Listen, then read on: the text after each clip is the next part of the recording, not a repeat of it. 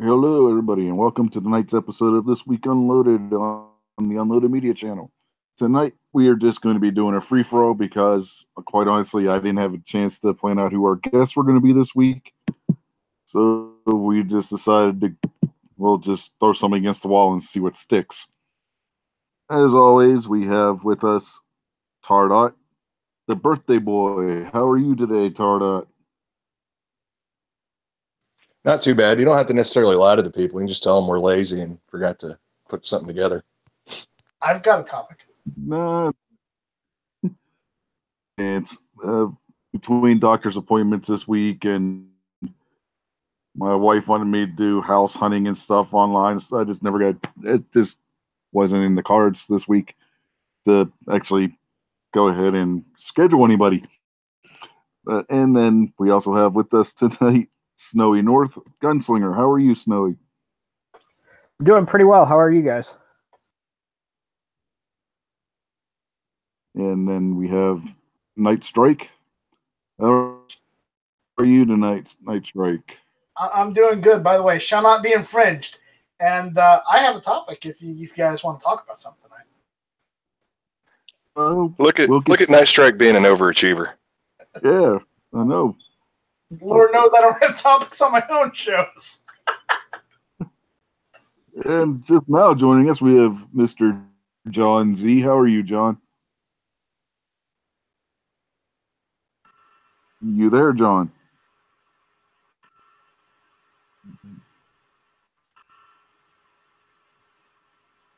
I guess not. Guess not.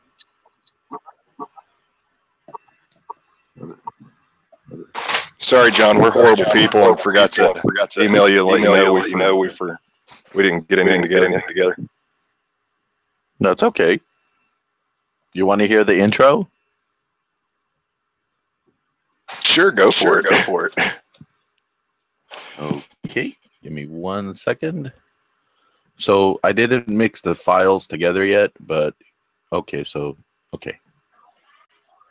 Testing, 1, 2, 3. Hello, I am John Z, and welcome to another week of This Week Unloaded. Please give a big round of applause to your hosts, Tardot, Gunpowder Bunny, and Rich White. Here we go.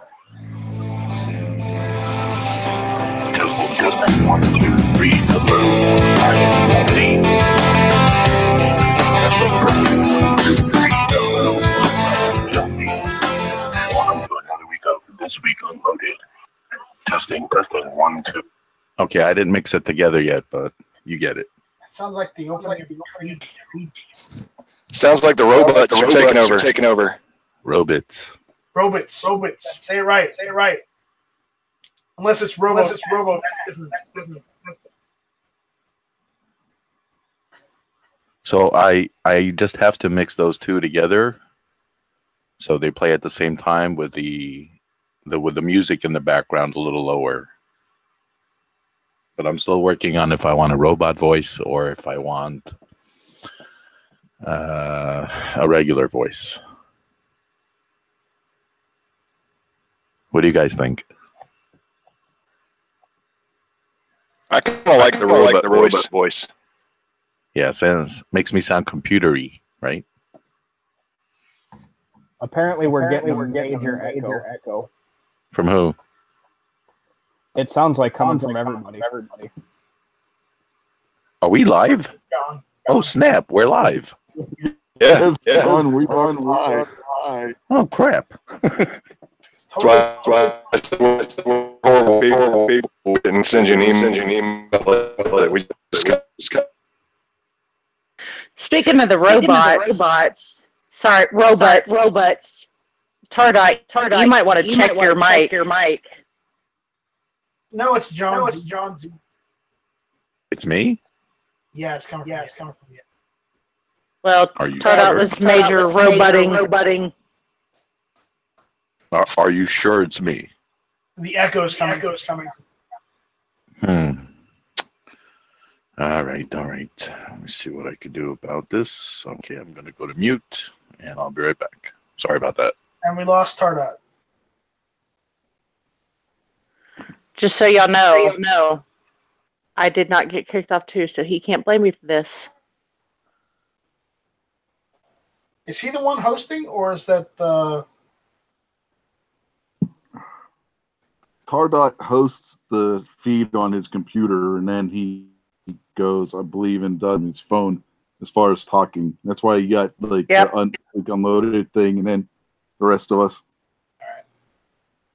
All right, so I've got a topic tonight. If you guys want to go through that, Can we let Gunpowder introduce herself first? Because everybody keeps interrupting when I'm trying to get her introduction out of the way.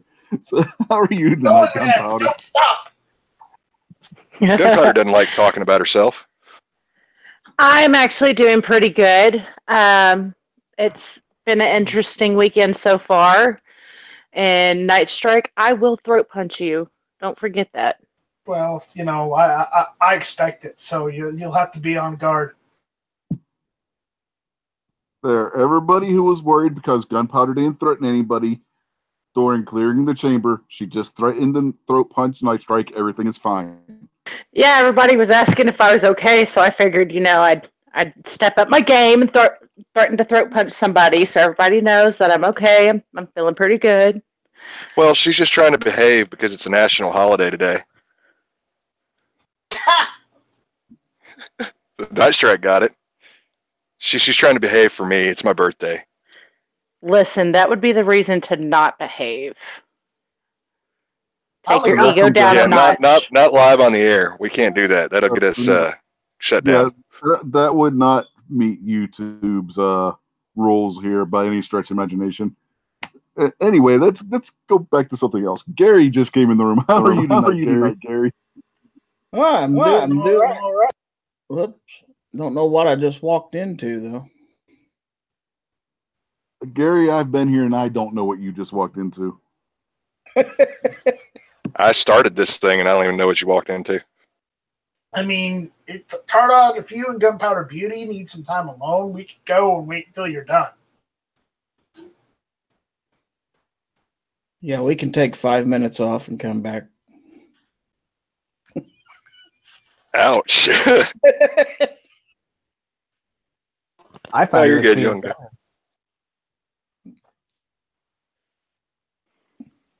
No, we're good. Let's go on with the show. Okay, good. Okay, so what is it that you wanted to talk about, Night Strike, since you said you had a topic? Well, this doesn't apply to John Z because he has to move out of New York first. But my topic was, what is the Second Amendment and what it means to you? Well, apparently I don't count, so I'll go. See you guys later.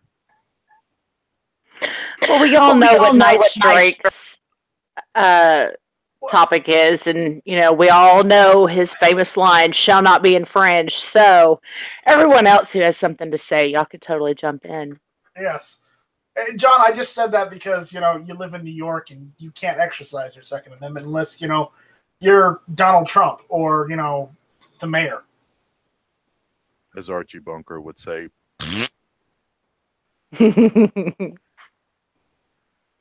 But anyways, so that was my idea.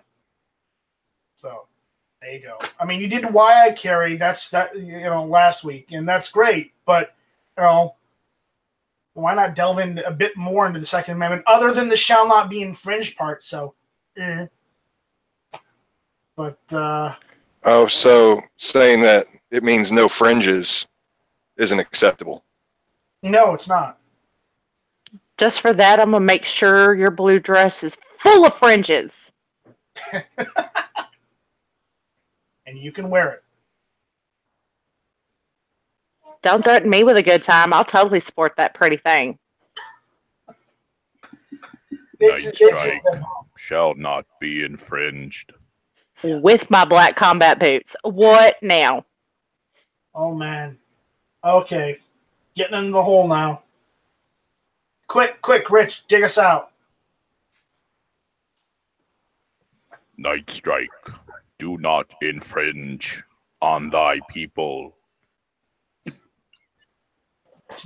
Not hard. I don't live in New York.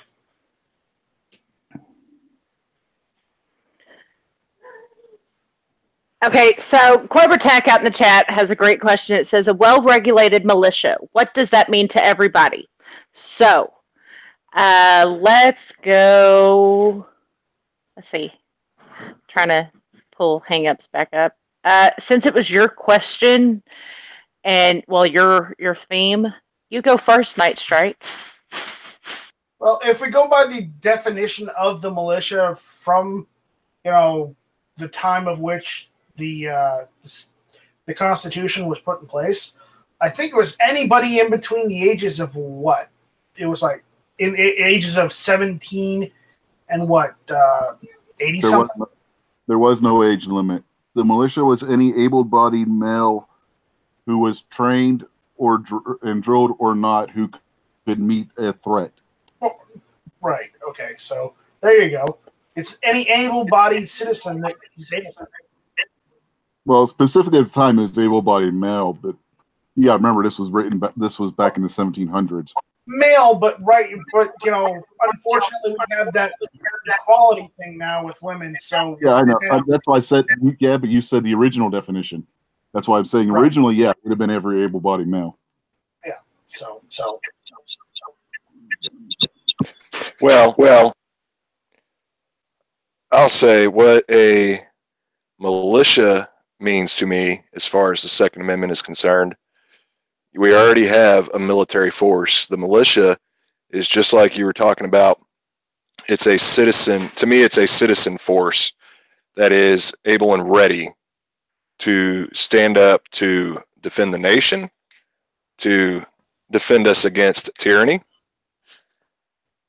and all of that sort. Sorry, we've got a little girl getting into stuff, so I'm kind of getting distracted here. Right.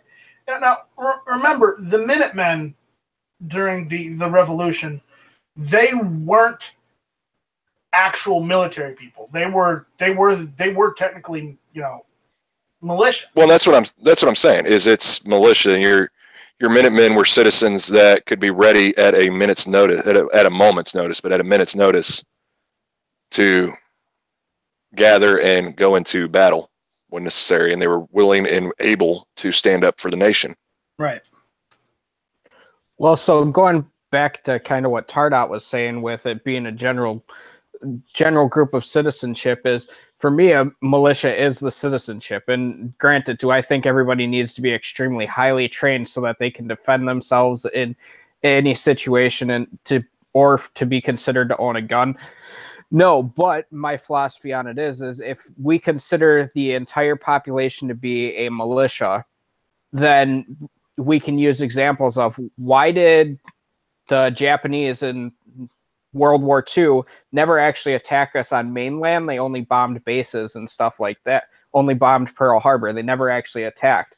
Part of that reason being is because they know that the citizens would rise up and defend their property, their homes, and their country if it ever came down to it and we ever had attack on the U.S. soil. So for me, having that as an example and having everybody have the ability to be armed, I consider the general population to be that militia. And yeah, what was that quote? Because I'm really bad at quote games. So what is it? There'll be a gun. There'll be a gun behind every blade of grass. Exactly. Yeah, but that quote was actually just from the movie. It wasn't. It's not actually what he said, but but it stands true, is what I'm saying. It's out of the movie, but it stands true. At that time, it did. But if you look at California now, not so much. It still stands true because we've never had an actual attack on U.S. soil. We've had terrorist attacks, but we've never had anybody actually try coming to war with us on the soil since the Second Amendment was written. Right. John, I think the problem might be that program you were using to change your voice. Oh, no, it wasn't the program. It was a device. Sure. I don't know why it's doing it now, but I'll keep myself on mute until I can figure it out. Sorry. Right now, the only person I'm hearing an echo from is Night Strike, but now I'm hearing it for myself. No, it's when you talk, it's showing up on my icon. Do you see that? Yeah. And it wasn't doing it before. I didn't make any changes, so I'm just going to go on mute until I can figure out what it is. Sorry, guys. Not a problem. Only coming up on my end because John, and he's getting louder, and he's activating mine. Yeah, John. Are. So, All right, so do we got a consensus on what militia would? Yeah, and Clover puts a good point out there. And he was saying he sees, when you talk about the term regulated, means well organized, trained. Sorry, I got to pull it back up so I can see. Meaning trained, equipped, structured, and active in the actual community. So, a good example. Well, I'd say a good example of that would be, I'm not going to say all of the militias that are out there right now, but your militias that you've got a lot of these militias that are out there, like the Cajun Army, that were trained. They're willing to step in and be available for the community. When there was the hurricanes that hit, that they were willing and able to step in to help people in the community, and they're relatively well equipped and trained. Yeah, here's the thing with the regulated part. Regulated at the time the Constitution was written had nothing to do with their actual training. It just meant the way they were equipped. There were actually laws during the time of the colonies that continued on into the states, where if people couldn't afford to buy their own weapons for use in militia use, they had to be issued stuff by the state. That's where the regulated part in that clause comes of the Second Amendment comes from. It's not the training, it's the equipment they had. See, and that makes sense. I guess my question would be, I think it's Switzerland that doesn't have a actual standing army. Would you guys consider, because they require for citizens to be trained for military use, but there's no actual standing army there, would you consider that more of a militia type group like what we should have in the United States? Or do you consider that to be something completely different?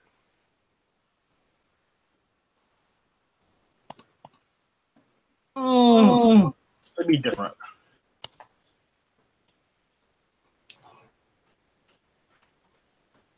Because technically, what they have, it's kind of like a militia, but it's not. It's weird. Yeah. Over there, it's compulsory. You have to do it. So it's not the militia. You didn't have, if you were a villager, you didn't have to grab your rifle and go run out into the street. You might be expected to do so, forced to do so. With Switzerland, everybody is issued a rifle, and if they're attacked, they are compulsorily obligated to go out there and face that threat whether they want to or not. So I guess they would be considered closer to a draft than an actual militia. Makes sense. Yeah, that would be more of a consignment kind of situation. Well, and when you talk about the terms back now, I'm not going to say everybody was willing to fight back then, but you had a large portion of the nation at the time that was willing to at least stand up to it. Now you had the people that were actually willing to go and physically fight, which was your 3%ers, as they would consider it. But sorry, every time that echo happens, I get a little distracted. But you didn't see the rest of the people complaining that they shouldn't have gone out and fought. Yeah, it's kind of what I was getting at. Is you had the people that stood their ground, they fought, and then you got your people. They didn't arrest the people for not going and fighting. That's a good example there. Yeah. Yeah, see, and that's one thing that I kind of have always been curious about is and it comes down to this gun rights argument, and mainly coming from the other side, is if they want to consider us a non-militia, then regular gun owners not to be a militia. Well, what happens if we do ever have an attack where we actually have to go to war on soil of the United States? What are they expecting the citizens to do? Not to defend themselves against other soldiers? Are they expecting the military to be in every town and every city to be able to protect them? I mean, that's kind of my big thing, is if people really think about that, it makes no sense to not consider a well-armed populace. It doesn't make any sense to me that they would consider that to not be a militia, because It serves as a deterrent, and it also serves as a ability to defend towns that, sure, the army may not be able to hold up in a small town like what I live in, 3,000 people, but the occupying forces may try to come and use this as a place for them to hunker down. Yeah. Here's another thing to consider when talking about the militia, too. The militia wasn't just supposed to go out and meet a threat from an invading force or whatnot. They were also the law enforcement body in the villages and whatnot back then. The perfect example of a militia would be the Western Posse that was gathered up by the town marshal, the U.S. Marshal, town sheriff, county sheriff, whatever, that would go out looking for fugitives who had just robbed a bank. So you got to keep that in consideration too. Militia wasn't just a military force. And while we're on the subject of this, and you start, kind of comparing it to current times, when you read that, and like what Clover was saying, that need to be trained, structured, armed, and there's the biggest example, and that's a big point there, is when you talk about a militia or your citizens being equipped or armed, the big point of it is you're supposed to be able to say when you look back then, when the British were would attack the different colonies, your militias had the arms and capabilities to fight back. They had equal arms in most cases. So when you look at nowadays and they're trying to strip the ability to obtain, it's not even arms that are close to what the military can have, but they're trying to strip away what they would consider to be military arms. And so it's obvious that is a big point, is that takes away the ability to have a militia to defend the nation from, just like they say, from enemies within and abroad. Well, so I guess another example, and I hate to bring it up because I sometimes hate bringing movies into this, is if you use a movie as an example, look at The Magnificent Seven. They had to assemble 7 guys that were actually able to help bring this town together, because essentially it was a town where they did not have much. Nobody actually fought in the war. No one had training. And it seems like that's essentially what the people trying to take away our right to the Second Amendment want us to be boiled down to, is to where all of a sudden, if something does happen, we're completely useless in any type of fight, to where we can't defend anything. And I guess using a movie example, that would be one that I would use. There's an argument I've heard where the antheists, or just the ignorant, I'd even say that when they say militia, they mean the state militias, and which that's not true, because the state militias weren't introduced until the Militia Act of 1903, where it required each state to have 2 separate forces, the militia and the National Guard. Yeah, see, and how many states actually still have a active militia in them? Well, the thing is, some states still do have a state militia, but some don't call it the militia anymore. They call it like the State Guard instead. But that's just for that state. That's not what the Second Amendment was intending. The militia meant able-bodied Americans. The militias were always state-based. Yeah, but before that, they were. Understand this, though. It was founded. They were army-based. When you're talking about a militia, though, you're not talking, because when you talk about state-based, these are people that are still employed as a guard. As your state, they consider your state National Guard. Those are people that are still employed as a form of military force. When you talk about militia, you're still talking about citizens that are, organized into a form of a military force. If that makes any sense. Not that they're running a military drill every day. Not that they're military on every day. They are your average person who just is a part of a militia that trains with their militia. And, to actually say a lot of states do have a form of militia in them. They have some kind of militias in them. Like I was saying, there's the Cajun Army. There's a few in Texas that I don't know what they're all called, but even a couple in Arizona. Yeah, and when I put it in the chat and YouTube, the big thing on these militias, the big problem there is perception. You have some of your militias that are kind of your wingnut organizations that they do make plans that are borderline possible terrorist plans. And then you have your actual militias that they are there to help the community, help the nation in any time of need, whether it's a natural disaster, or if it's somebody that it's attacking the nation, or if it's something within the nation that they need to step in and help with. So there's going to be a big difference still between your National Guards, your state guards, and your militia.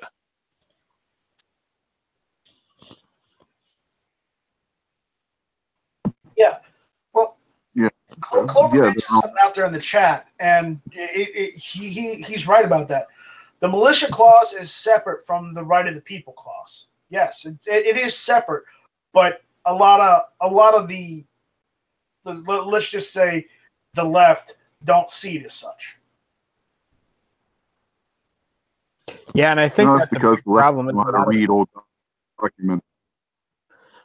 Look at old documents. A lot of time you'll have a preparatory clause followed by the active clause.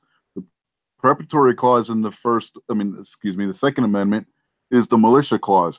The second part is which is the actuary clause, is the right to bear arms clause. That's the most important part of that whole amendment. The first part just is an introduction to what's going on. It's not the important part of the amendment in itself. And I'll say this, the best argument I've ever heard was when you listened to Steven Crowder and he was arguing this with somebody or arguing somebody else's video.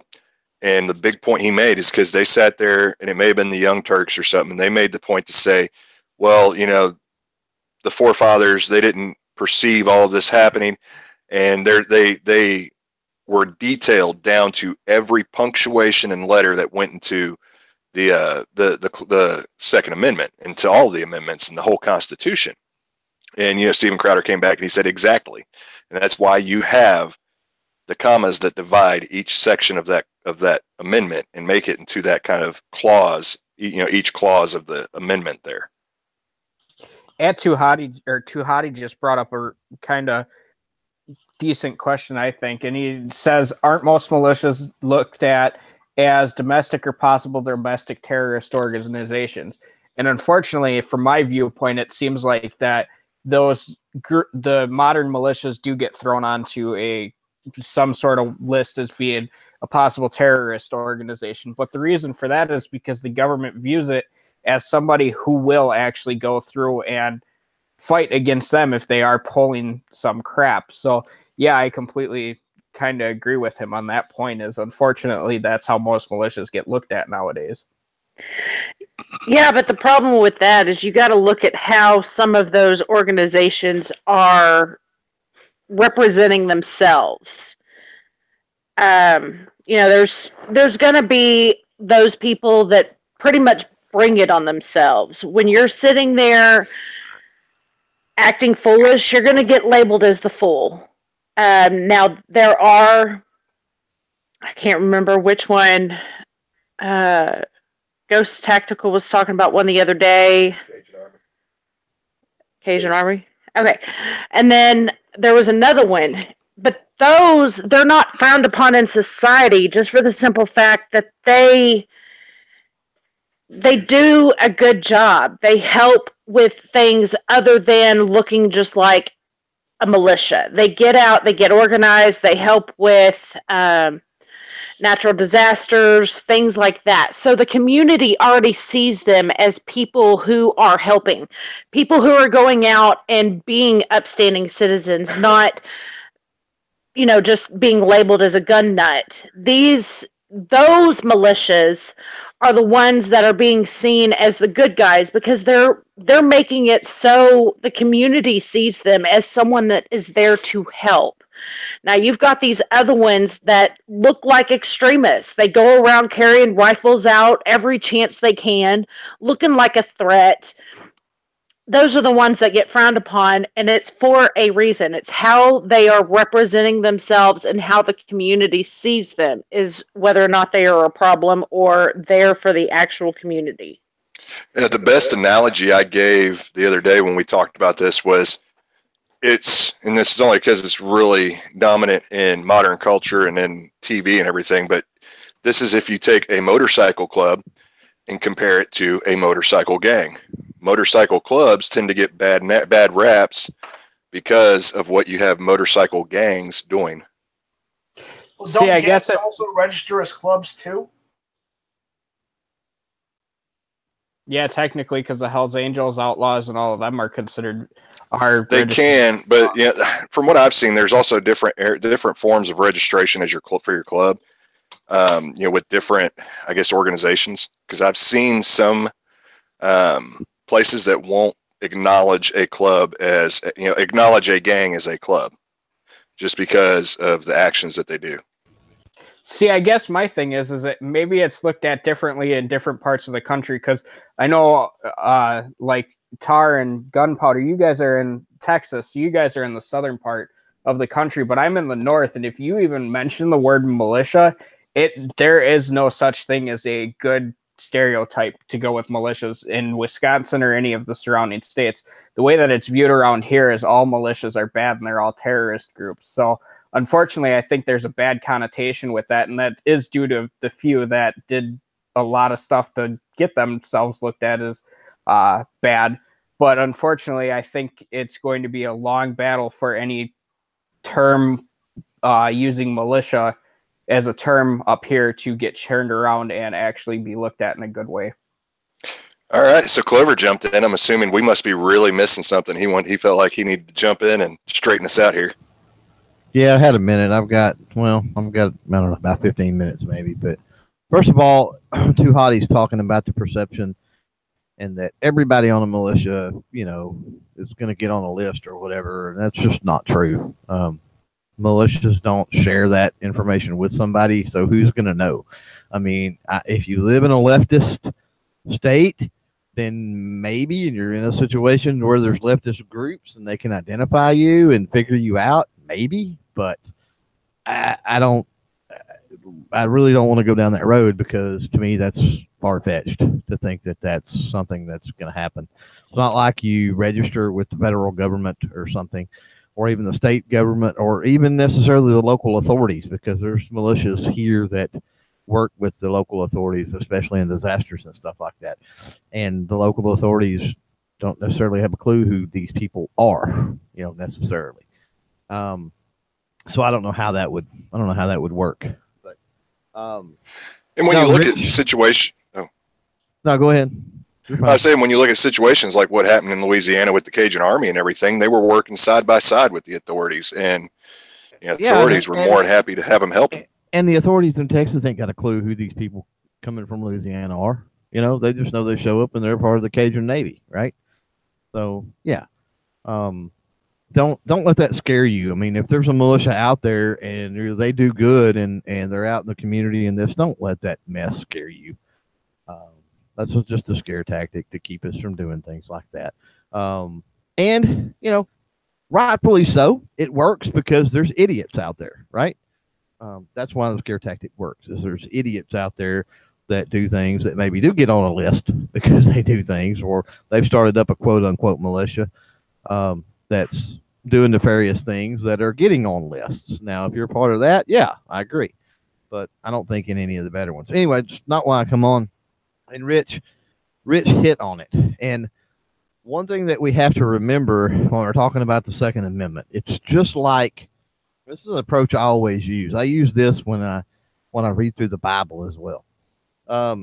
We have to understand language. We talk about this all the time. The words we use, try to use the best word to convey what you're talking about.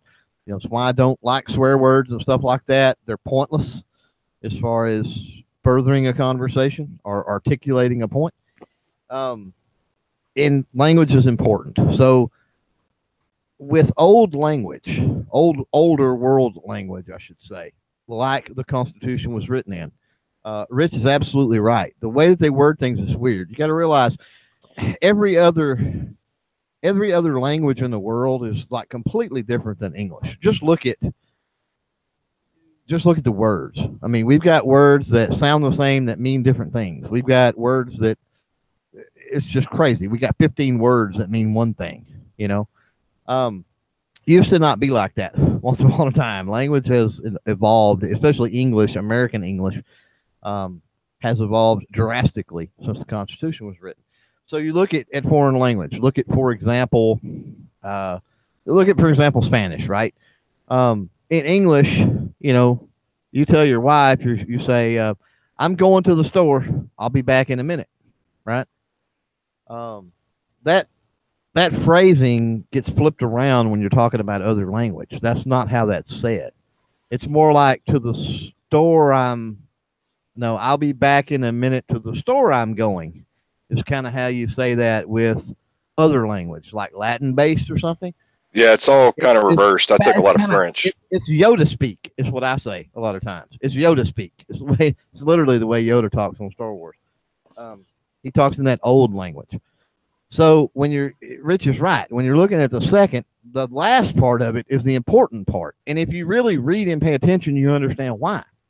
Because what they're saying, and you also understand why the Second Amendment is about the organization of the people that have the arms. The founders, you can't tell me for a second, the founders thought that just a whole bunch of individuals running around with guns, not organized at all, was going to beat anybody or keep anybody from taking over the country or take down any kind of a tyrannical government. That's simply not going to happen. Not individuals on their own. There has to be some type of organization. That's where the regulated part comes into play. And they're saying, hey, people need to be able to get together and basically organize and kind of form these, citizen militaries, hence the word militia, in order to be able to secure the state, secure the country, secure their property, their town, their community, the nation, whatever. And then the last part, they can't do that unless they're allowed to keep and bear basically military grade weapons because it says arms. So, and then the last part is solidified in Night Strike's favorite term. What is it, Night Strike? The right of the people to keep and bear arms shall not be infringed. Right. Shall not be infringed. So you can't organize, any type of a defensive situation with the militia unless you can first keep and bear arms. So, and people come unhinged on that sometimes. They want to think that the Second Amendment means that I don't know how to put this, and not sound bad, but it's not. The Second Amendment is not necessarily about an individual right in the sense of your self-defense or hunting or anything like that. No. And people like to put self-defense in there. Self-defense is life, liberty, and the pursuit of happiness. That's an inalienable right. That has nothing to do with the Second Amendment. Self-defense doesn't. And a lot of people go, well, the Second Amendment allows me to protect myself. Not really. No, that's not really what it's for. From the government, yes. From any type of an external threat to the state, meaning the community, the municipality, the state, the nation, the territory. Yeah. It doesn't say to yourself, to the individual. It doesn't say. But like I said, it doesn't say that for a reason. And you have to, I want people to understand that so that if somebody comes back and throws that militia argument and says, well, they say that, it doesn't say that the individual, that's because an individual is entitled under an inalienable right to life, liberty, and pursuit of happiness to defend his life and property. The Second Amendment just grants the right to use a tool to defend yourself. Basically, yeah. Yeah, it's kind of a perk on it. And the thing is, it's like you were getting at. People are trying to read old English basically in new English and American English, and it don't work that way. Well, you're not going to get original intent that way. And that's the only way that you can look at the Constitution. You have to look at when the amendment was written, you know, the language of the time. You have to go back to all of that. And too often people don't. And we have to acknowledge some things. When we come out and we say, right to keep and bear arms shall not be infringed, and somebody comes up with the militia thing, we have to be able to explain that and go, okay, well, yeah, it says that. Yeah, okay, regulated. Well, here's what that means. That means that, obviously, that means that the founders are saying you're not going to be able to dispose of any threat, just with a bunch of idiots running around willy-nilly with firearms. So there's going to have to be some type of organization, tactics thought out, a hierarchy of command, some type of structure, like I mentioned, to be able to organize those people, just like we organize rallies, we organize the social media events and everything else that we organize. It works the same way, But that doesn't work. You can't get to that point if you're not allowed to keep and bear arms first. Exactly.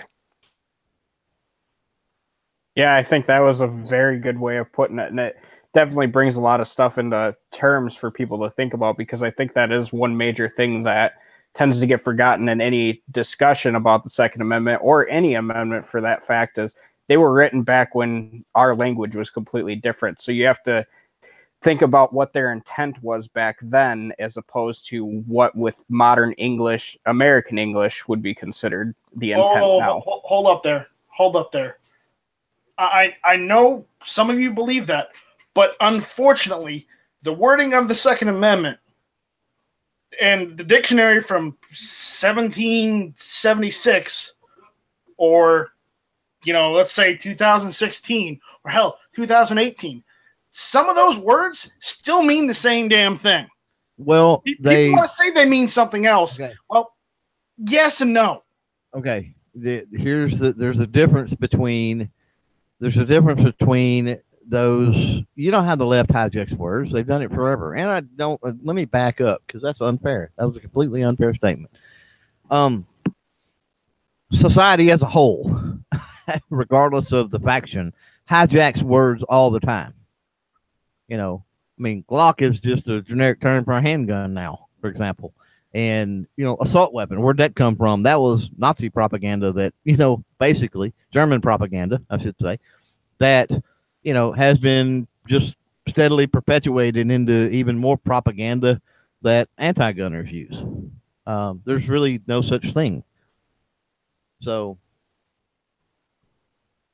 Well, and even if the definition is the same, sometimes it just does boil down to the intent of the wording too. And I hate to say it that way, but sometimes the intent can be different than just going by what the actual definition is.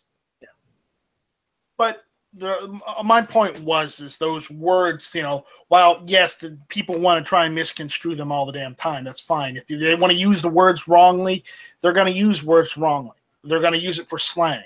Well, it's more they don't know what they mean. That's right. It's not. Well, maybe more people should read the dictionary. Well, I guess, but there's ain't no dictionary no more. Everybody Wikipedia's everything now. You know better than that. I still own a dictionary and a thesaurus. In my desk drawer, I have a dictionary and a thesaurus. I promise you, still. But people don't. They don't do that. People they don't care about language. They just don't. They pick it up through, movies, music, TV, people in the community, their parents talk. That's how people learn language. They don't teach language arts in school anymore. They just really don't. They're too busy teaching tests and, all kinds of other crazy things that really don't matter instead of things that people need. And that's by design. I mean, that's a whole ball of wax we don't need to get into, but, teaching people an improper way to communicate is the first step into creating a disconnect in communication, which then does what? Gives the people in power more power, right? Read 1984 if you want to know more about what I'm talking about. But yeah, they don't know what arms mean. To them, arms means black powder rifles, just guns, rifles of the time or something. It's fine if that's what they think it means. Then their opinion or their First Amendment right means writing on a piece of paper with an inkwell pen and then delivering it via a guy on a horse. But you're right that the term arms has not changed. I mean, there's black arms dealers now. There's military arms dealers, military arms channel, right? Yeah, arms is it's weapons of war. That's what it is. What I was meaning when I said the whole thing about the words is I have looked the definition. Infringed means the same thing it does now as it did back then. I even checked the dictionary from back then. They don't argue infringed though. I don't think I've ever run into anybody that has argued about the definition of infringed. If they're going to argue, they're going to argue militia. They're going to argue security. They're going to argue state. They're going to argue keep and bear, and they're going to argue arms. That's the ones that's the words in there. They're going to argue if they pick one. If you notice, they try to stay the heck away from arguing the shall not be infringed part because you can't really misconstrue infringed. Because it means the same damn thing now as it did then.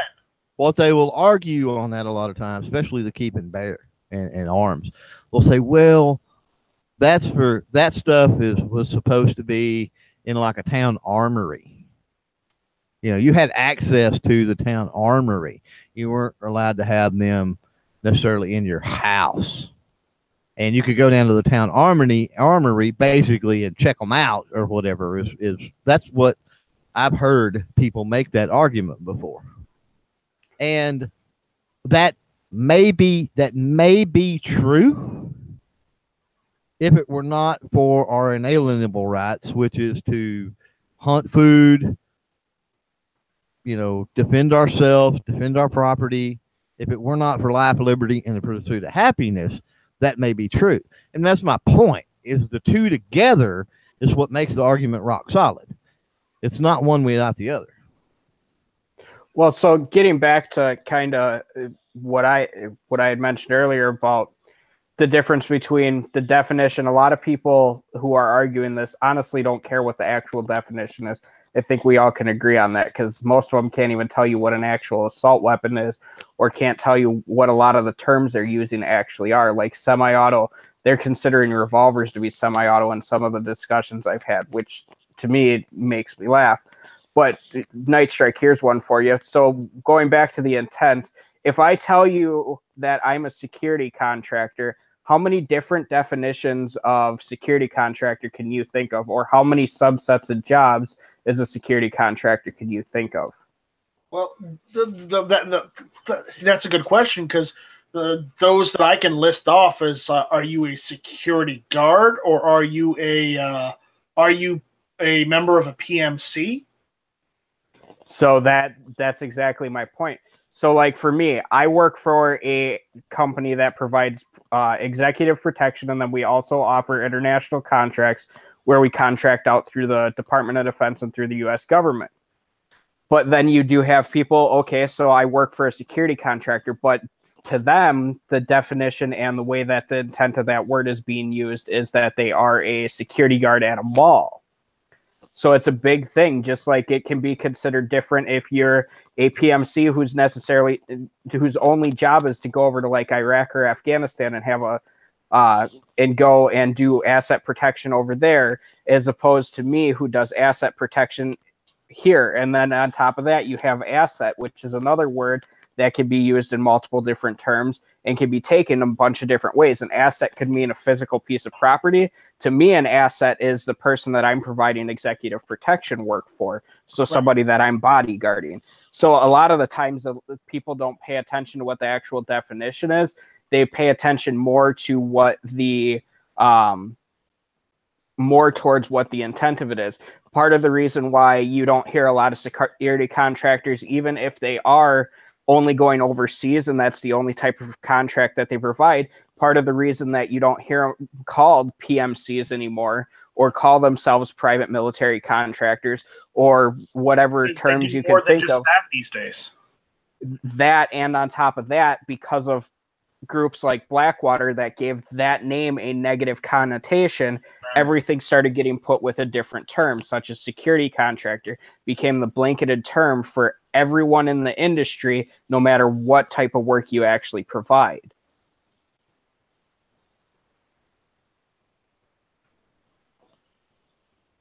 So for me, I think a lot of the time, yes, I completely agree. People need to start actually using the definition. If I did it again, I'm not going to. Rich, say again.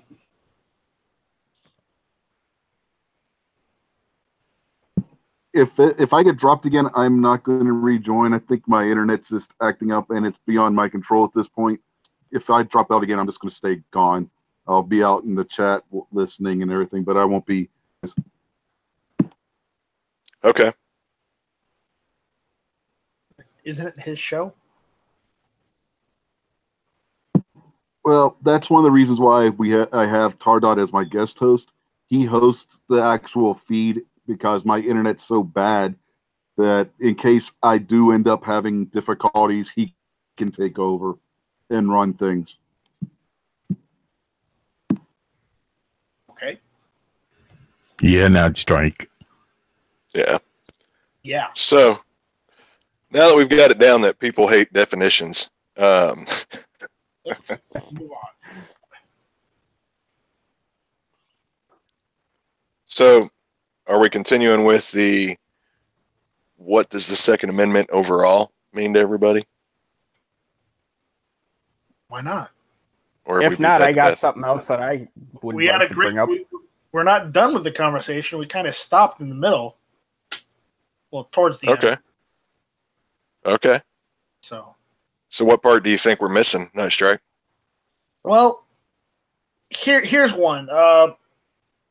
We touched on it just a second ago, but there's also the factor that a lot of the naysayers will say that the bear part does not mean a right to carry or a right to openly show your arms. It means something else entirely. Well, and the thing is that, you know, we didn't hit on each word specifically, but when you talk about bearing arms, I'm pretty sure if you look, there may be some other definitions in there. Believe me, I don't read a dictionary on a daily basis, but if you look at it in the context and the definition of the time it was written, you're still looking at the term that to bear arms would mean to actually be able to carry and have your arms at ready when needed. Right. And so it still falls into the context of what we were talking about of, you know, exactly that the context and time and definition do matter. You know, that's the big thing is when you go into these arguments, you know, Clover was talking about a lot of people don't know the definition, and he's right. There's a lot of people that don't know the definition at all. It's not that they're going, you know, some will argue the definition and then some just don't know. Now, here's the other part of that you run into is there's some people that don't want to know the definition because they have based, and I've run into it plenty of times with people I know. On something wrong, right? Yeah, I say with people I know and with family that I've actually gotten it thrown at me during arguments on stuff that facts and definitions don't matter before. So that when you run into those types of people, this is where we've always talked about winning, you know, when you're trying not necessarily to win an argument, but when you're trying to win somebody over to not necessarily, they don't have to be a Second Amendment activist, but being pro-gun and pro-Second Amendment, you're just trying to kind of shine the light on everything for them. You're not going to go for those people that are so far left and so far anti-gun that they don't want to know this information. You're wanting to get to the people that just don't know or don't understand the information they have in front of them. Well, yeah, and that's a big thing. Is unfortunately, it comes down to, especially in today's world, it comes down to people don't want to know the truth, or all of a sudden they've been using this term and know that they've been using it incorrectly. The reason for that being is because it comes down to a pride thing for them. They feel like they can go to bed at night and say, well, I went ahead and said this and said that, and I said we should ban all semi-automatic weapons. They're military-style weapons, but then once you tell them, well, you actually used the term incorrectly, it's a blow to their pride. So they don't want to know what the actual definition is. Well, they don't. And here's the thing, and it really can happen with anybody. You know, I say left. It's kind of like Clover said. I got to back it up because that's kind of wrong to throw out there. All of us at any given time can be guilty of it. Just think of the concept of how many of us would have a fit if we suddenly found out that maybe bear arms or militia, some reason or another. Now we know what the definition actually is, but say we found out the opposite of it and that it wasn't meant as that. How many of us, not necessarily anybody on the panel or in the chat, but how many people that we know, and maybe even some of us on the panel and chat possibly, would lose it and refuse to acknowledge that that is correct because we have based our entire argument on that. You know, I mean, it's both sides. This is true, and I do agree with that. I mean, I guess I look at it at the way of, if it came down to that, and something like that did happen, it would be a hard pill for any of us to swallow, especially any of us that consider ourselves to be a Second Amendment supporter. And for me, it comes down to that's part of the reason why using terms incorrectly, and that's one big thing that I hate to have to do to people is correct them on the terms. But I know for most of us that support the Second Amendment, if all of a sudden tomorrow we found out it would be different, it would be a huge blow to a lot of us. And I mean, what happens, like going back, even bringing up, it all depends on the perception of the word. What happens if arms all of a sudden we thought meant firearms and everything like that, and it come to find out, excuse me, when they wrote it, it only meant knives or something like that. It would be a huge blow to all of us. So I completely get where you're coming from with that. Yeah, and I just put it out there because, you know, we got to realize that when we're talking to people, even if you're not talking to a far left, you know, far side anti-gun person, you're talking to somebody that's somewhat in the middle ground, you probably will hit some resistance just because of the fact that they've been told this stuff. They've believed it for however long. They've possibly based arguments and beliefs on that. And you're now attempting to restructure their belief system on what they know. So, you know, it is a pride thing. There's anybody that could run into these arguments. You're gonna get pushback. I can guarantee it. Well, yeah, and I see that in everyday life. I mean, for example, me and Rich were talking about it before the chat started, but we just hired 3 guys to be part of our security contractor, and their first day on in security detail was supposed to be today. And one of the guys, I think I understand why he did, because it was a huge blow to his ego, because he came in thinking that he knew everything, and what he knew was right. But once he actually went through our training, I think it was a blow to his pride and what he felt. So it's one of those things where pretty much anybody can have a sucker punch to the gut saying, hey, you have to swallow your pride and you were wrong. And I think that's part of the issue where we do run into resistance, is because nowadays people are too prideful on what they think they know or what they actually do know. Yeah, and going back to Tardot's point about people who choose not to know something, that's called being the willfully ignorant. They choose not to know something, to be ignorant of what the facts are. Yeah, and that's a big thing with a lot of, I mean, I hate to say it, but that seems to be the common occurrence and where most people in modern society are going to is a lot of them would be rather be ignorant about stuff than actually have any form of knowledge about it. And it doesn't only boil down to guns on there. It boils down to, for example, how many people take prescriptions and they don't actually understand what those prescriptions do to them other than they're helping with this, but what other side effects do they have? Yeah, it goes back to the old expression, ignorance is bliss. They're happy just not knowing the truth. Armament and Axis actually brings up a good point, and he aimed it at you, Tardot, and me. He says, what amazes me is the people that are so willing to protest anything that are really just being sheep or just being uneducated on the facts. And I think that's a big thing today is a lot of people view a lot of the protesting, this, that, the other thing, as that's the cool and fun thing to do. And that's what is socially acceptable at that point. And I think for that, it comes down to a lot of the time, it's the human nature and the human want of feeling wanted or needed in something.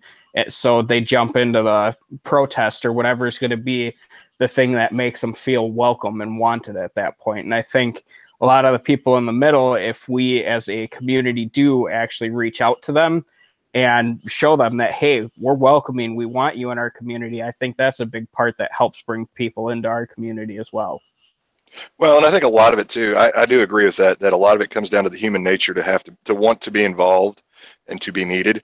But the other part of that is because of that, you're running into the people that it comes into nurture also, because so many kids look up to their parents, their teachers, all these people around them, and they want that feeling of acceptance.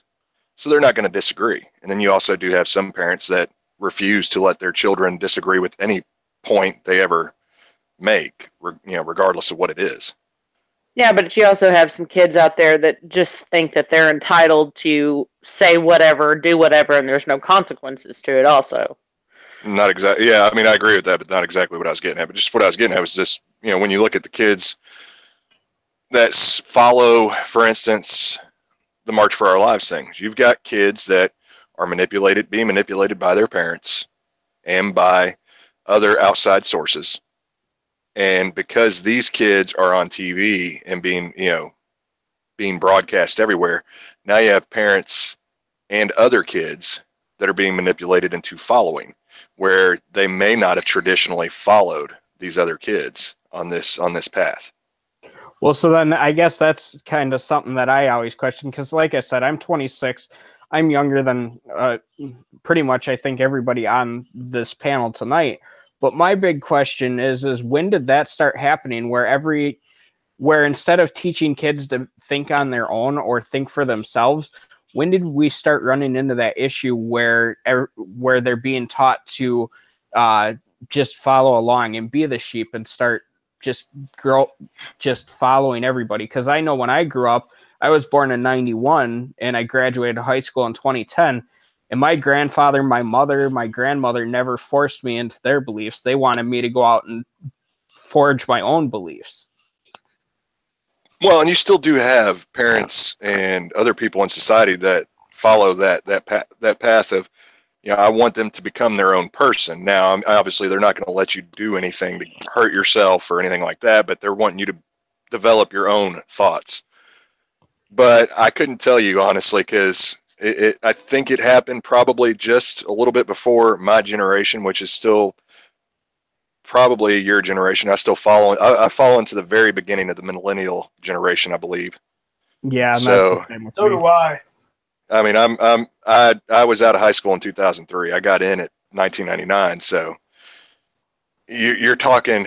I couldn't tell you when it happened. I'm sure there's some people out there in the chat that are probably going crazy and typing and saying, this is when it happened. I couldn't tell you. Somebody out there may know when it actually happened, and when it started really kind of rearing its ugly head. But the thing is regardless of when it happened, it's knowing that is the battle we're fighting, because we're not seeing as often, but we're still seeing the battle trying to be fought with the people on the camera. these teenagers. And it's got to be that understanding that, yes, these teenagers are saying these things, but where we're talking, you know, where we were talking about nature and nurture, they were nurtured and manipulated into saying these things.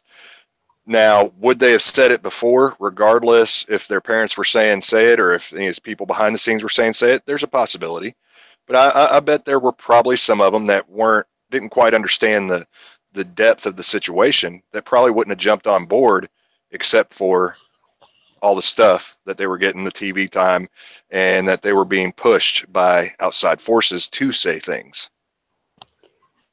Yeah, so that's actually something that's kind of interesting to me, because I think, and again, I don't mean to talk poorly of the kids from the Parkland incident or anything like that, because it's a tragedy. None of them should have had to go through that. But it's interesting seeing how, like, David Hogg, and I forget the female's name that is kind of big on that.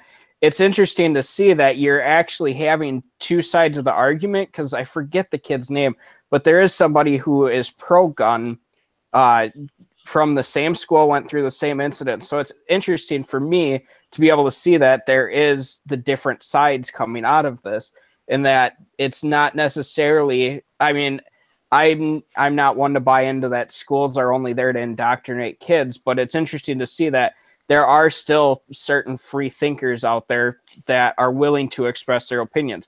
I give all three kids a credit because they all have the balls enough to stand up and say what they believe in, but it's interesting to see the difference that's going on there. Well, and I'll say this too. Now, I think I know the kid you're talking about, but there's some kids out there that have stood up and spoke to the opposite side. And the one thing I've noticed is you can always tell the kids that actually feel adamantly about what they're saying and what they're believing versus the kids that kind of have been given a script and kind of been led along to say certain things.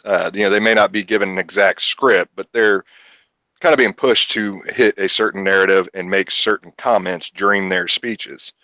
The ones that really believe it will sit there and actually think as they're talking of how they want to say what they're about to say. And that goes for both sides, even the ones on the anti-gun side that are really wanting to stop and think about what they're going to say. You can see the thought process as they're talking. And then you've got the ones that kind of, they may not be fully scripted, but they've been given talking points to an extent. And, they're just, it's like they already know it. They're blurting it out. So, there's a big difference there. And when you see somebody actually trying to develop a sentence on what they believe versus somebody developing a sentence based off of what they've been told. Yeah, see, and I guess that's one thing that, going kind of back into that too, that I'm kind of glad you brought that up, as to where you can tell the difference on the kids that are actually thinking and people that are thinking, because it takes them a little bit more time to say what they actually believe and come up with how they properly want to say it. Like, for example, at the March for Our Lives, on the podiums, I forget who it was, but they were putting these $5 signs up or whatever it was and saying that's how much Marco Rubio took for the lives of kids and stuff like that. And for me, that I view stuff like that as being, well, you're starting to run out of your actual talking points and your arguments, but then you have the kids that are taking the time and actually thinking about what they have to say because they are actually passionate about it. See, I knew my interrogation and interview training would come in handy on kind of paying attention to what people say. Yeah, it's interesting. And that's the big thing, is when we do boil it down, is you got to really look at the people that are truly thinking about what they say. And granted, there's going to be people on both sides that are truly sitting down and thinking about what their arguments are and thinking about how they want to go about it. But you're also going to have people that just completely don't. And I hate to say it, but it is on both sides of this argument. The people that can't actually form an argument, and this is not a jab at you, Night Strike, but the people on our side that are just shall not be infringed, but can't give any basis or an actual argument or anything like that, versus the people who are sitting there, well, all guns should be taken away, and this gun's an assault weapon because it looks like an M4 or an M16 and everything like that. You have the different groups where people are actually able to you'd sit down and think about it. Those are the people that I'm more interested in hearing from than the people that are just going out and spouting. And I think that's part of the reason why on both sides do get a negative connotation in some ways, because you have those small groups that have no actual argument, who are just saying what they've kind of been fed or what they're going off of on emotions, instead of sitting down and thinking about what they truly care about and how to properly phrase it. I don't like arguing with the other side, mostly because even if I try and bring out valid points, a lot of times I found that the other side already has a preconceived idea of what they believe, and no amount of convincing or proof or facts are going to sway them either way. Well, and Night Strike, that's what I was getting at before about you've got your people that generally do not know. They actually do not know. They've just been watching the news, whatever, and that they hear the information, so they just repeat it. And then you've got your group that, in a sense, almost help develop the information, and that is true, and they don't want to know any different. The ones you want to talk to and you want to have the discussions with are the ones that actually don't know. They literally do not know, and you have that opportunity to actually educate them. Well, so like kind of going back from the chat that we had earlier, Tardot, towards the end of that first part, I had mentioned about the rallies for us and stuff. And I hate to say it, but I actually give the people who organize this March for Lives or whatever it is, whatever it was called, I give them credit because they were able to keep their rally or their gathering on point. It's granted you had very few that were off point, but they were there for one purpose. And that's one thing that I see as something that may have lost us, the people who are trying to bring the middle towards the supporting gun rights side. I see that as something that may have lost us some people we could have brought over. And the reason I say that is I don't know how it is for everybody, but I've attended multiple gun rallies, not only in my state, but in surrounding states as well. And like I mentioned earlier, one big thing that happens with those is people try bringing in, on the pro-gun rallies, they try bringing in religion and abortion and everything else like that, instead of saying focused on the topic of the Second Amendment. And I think that's one big thing where it does lose us some of those people in the middle, and it's giving leeway to the left when they're organizing these same type of events, but they're staying on point. And I think that's one big thing that tends to get lost is if we're alienating people, because there's going to be people in the middle who are by no means religious, or they don't want to sit there and hear about abortion because they've already got their mind made up on that. I think having stuff like that we start intertwining with our gun rallies really does alienate a lot of those people, and it'll make them not want to come and even participate.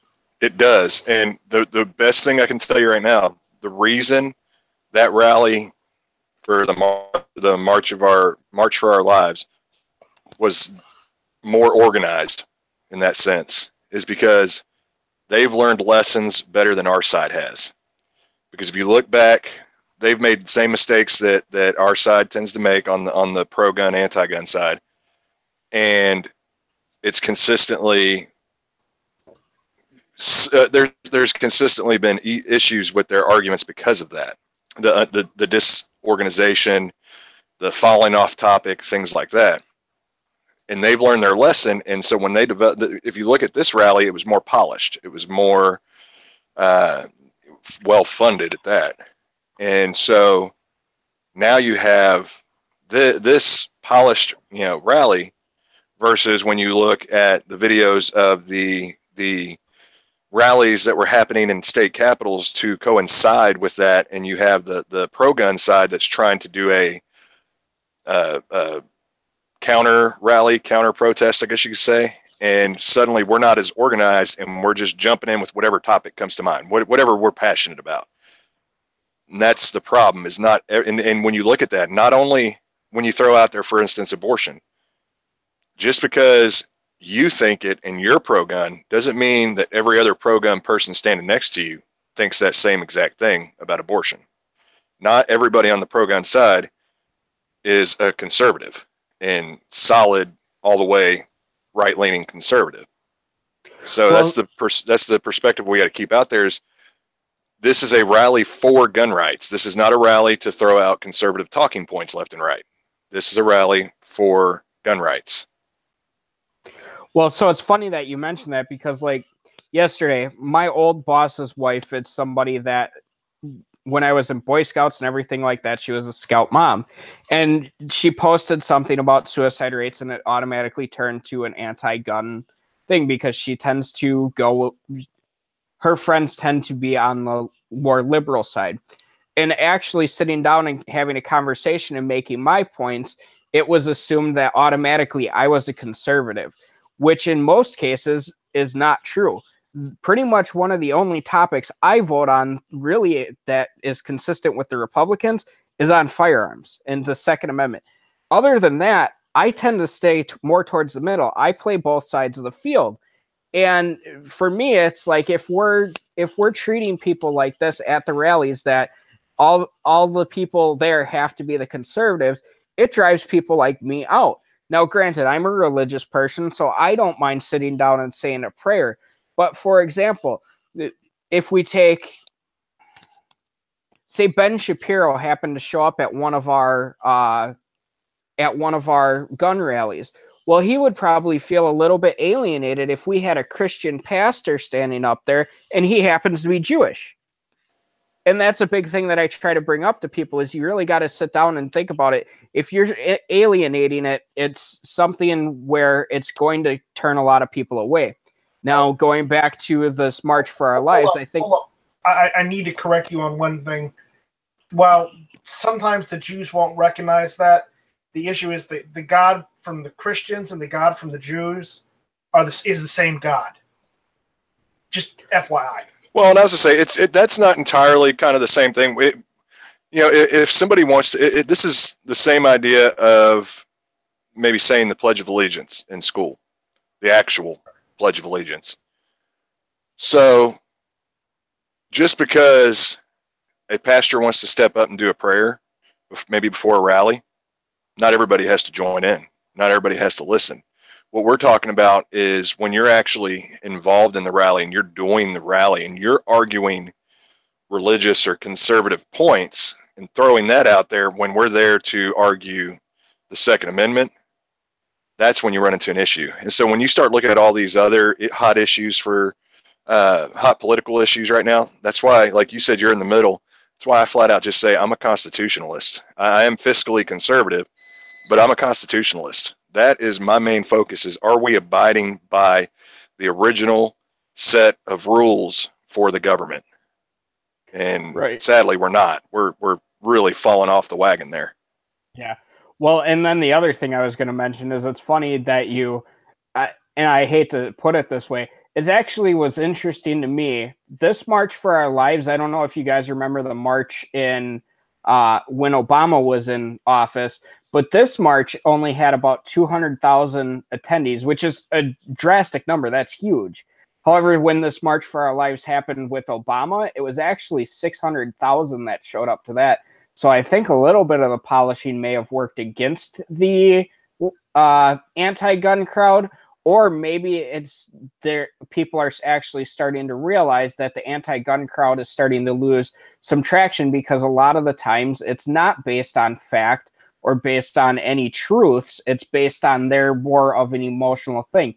It's why I personally don't believe in having an argument or having a discussion about gun rights or whatever hot button topic if you can't bring your emotion out of it. Granted, everything's going to have some form of emotional level, but for example, I don't believe in talking about any form of gun control or anything right after a mass shooting or anything like that, because at that point, everybody is just having a response that's an emotional response.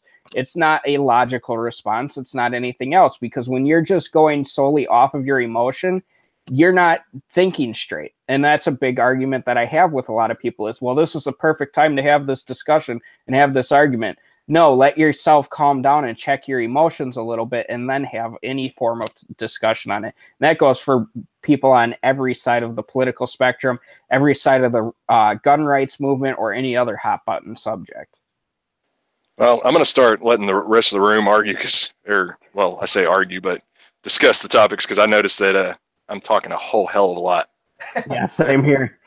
I mean, well, I brought up a topic and we talked about it to death. So we're on a different topic now. So. Well, I hate to keep hearing my voice, but if nobody else has got a topic, I got something that happened in Wisconsin that's pretty cool.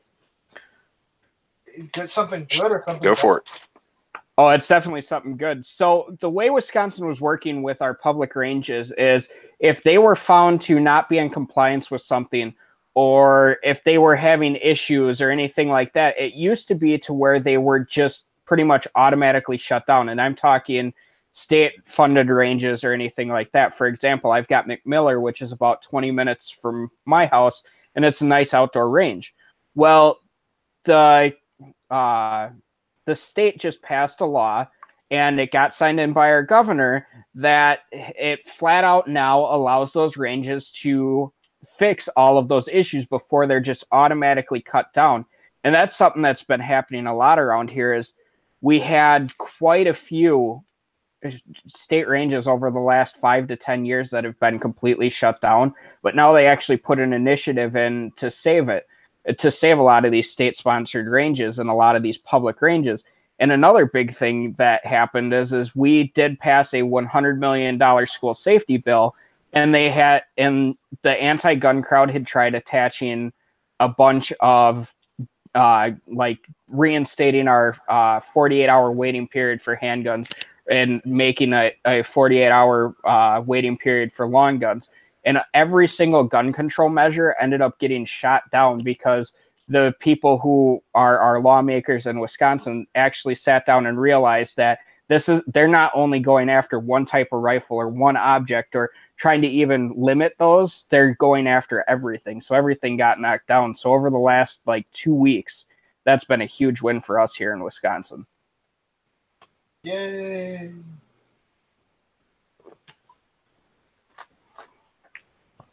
Wow, I thought you would have had a little bit more to say there, Night Strike. Shall not be infringed or something. Well, we already talked about it. I don't need to say it. We had a whole discussion on it. I mean, I think that was a good topic, Night Strike. It's not one that I would have personally ever really thought about bringing up, but that's one thing that I enjoy is a lot of these discussions. We do get the opportunity to, because we have so many different people, is to have different topics that some of us may not think about. Well, it was also a way for me to say shall not be infringed without saying it. You see what I did there? Man. Oh, but, we've had a lot of good topics, and granted, I haven't spoken a lot this evening. I've spoken a little bit, but, Tardot and also Clover for the time he was in here. I think we had a good conversation, quite honestly. So. Yeah. And actually, it's right almost about that time to really wrap it up. I don't know if anybody else has anything they want to throw out there before we start going through and giving our plugs and all that. Where's Rich? What happened to him? He had to drop out. He finally gave up on fighting with his internet. Oh, that's what. Or at least lack thereof. Does he what?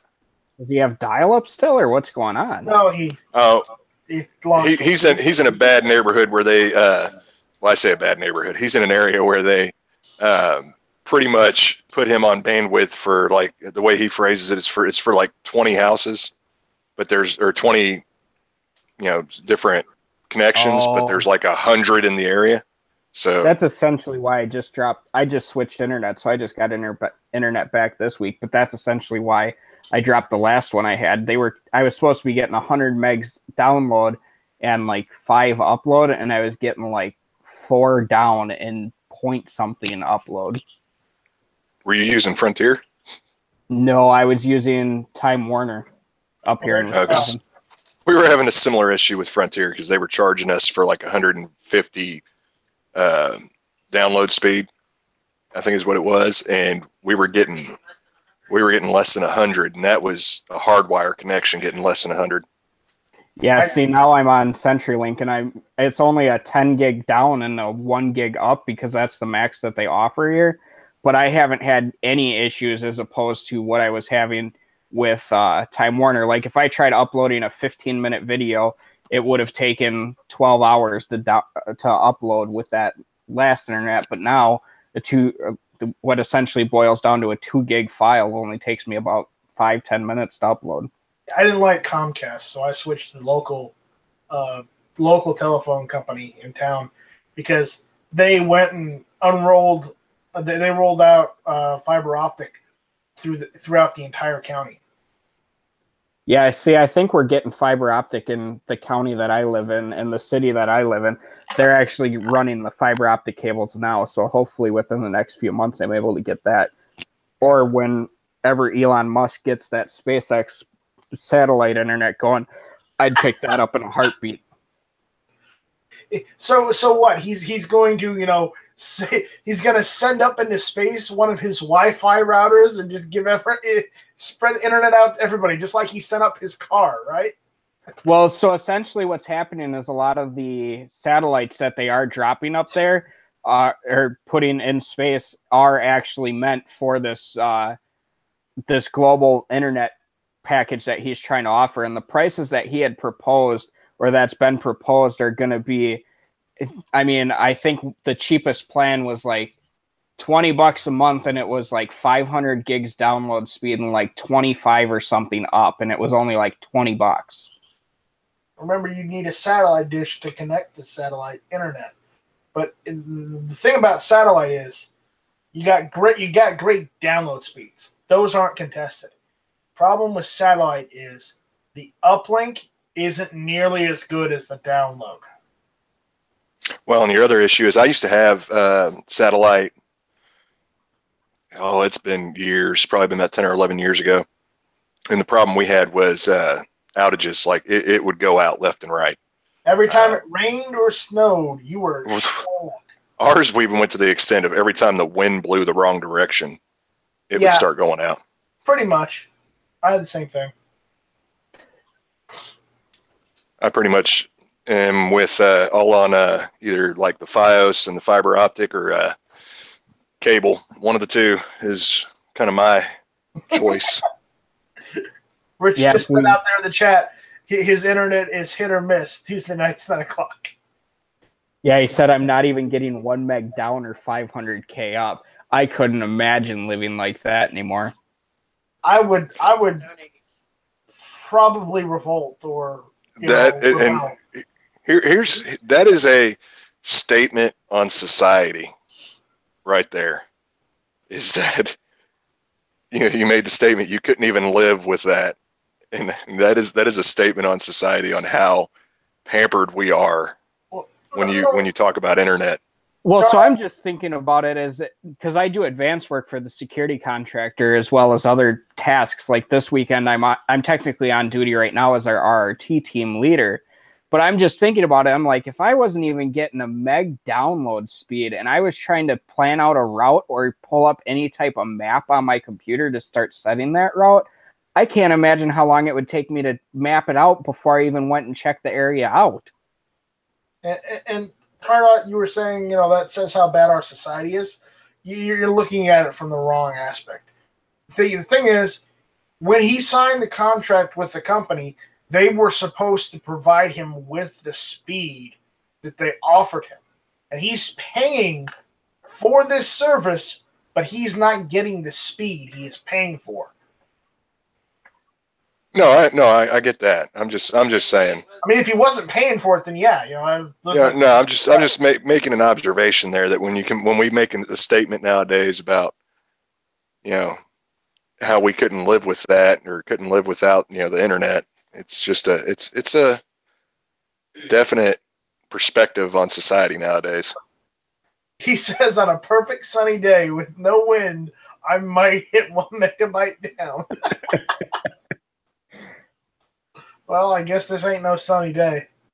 Yeah, I mean, my cabin up north on 80 acres, 6 hours from my house, and the closest house or business to mine is to our property is about a mile or two down the road, I'm even able to get at least 5 meg upload in one, or 5 meg download in one upload on that. So I feel for you, Rich. I wish you could get better internet, because I mean, I couldn't do it. Especially, I'm glad we can get that at the cabin. Right now, I don't have it because that's my getaway place. But eventually, when we retire up there, we're gonna get it up there. But you talk about stuff like that. A couple weeks ago, I went to visit my daughter, who's about an hour away, and spend a Saturday there. And I got about 15 minutes out of the house and realized I didn't have my cell phone with me. And I gave serious thought to turning around and going back to the house and getting it, because, man, you just get lost not being connected anymore. But I'm old enough to come from a time we didn't even have such things. So, yeah, we as a society have become where we have to be plugged in pretty much 24 hours a day. Oh yeah, and like Gunpowder said, even our generation, I can remember being in high school and even right after high school and not even having a cell phone. And heck, when we go out hunting, we may take the phones with us, but there is no reception, no internet connection, so it's pretty much just a camera at that point.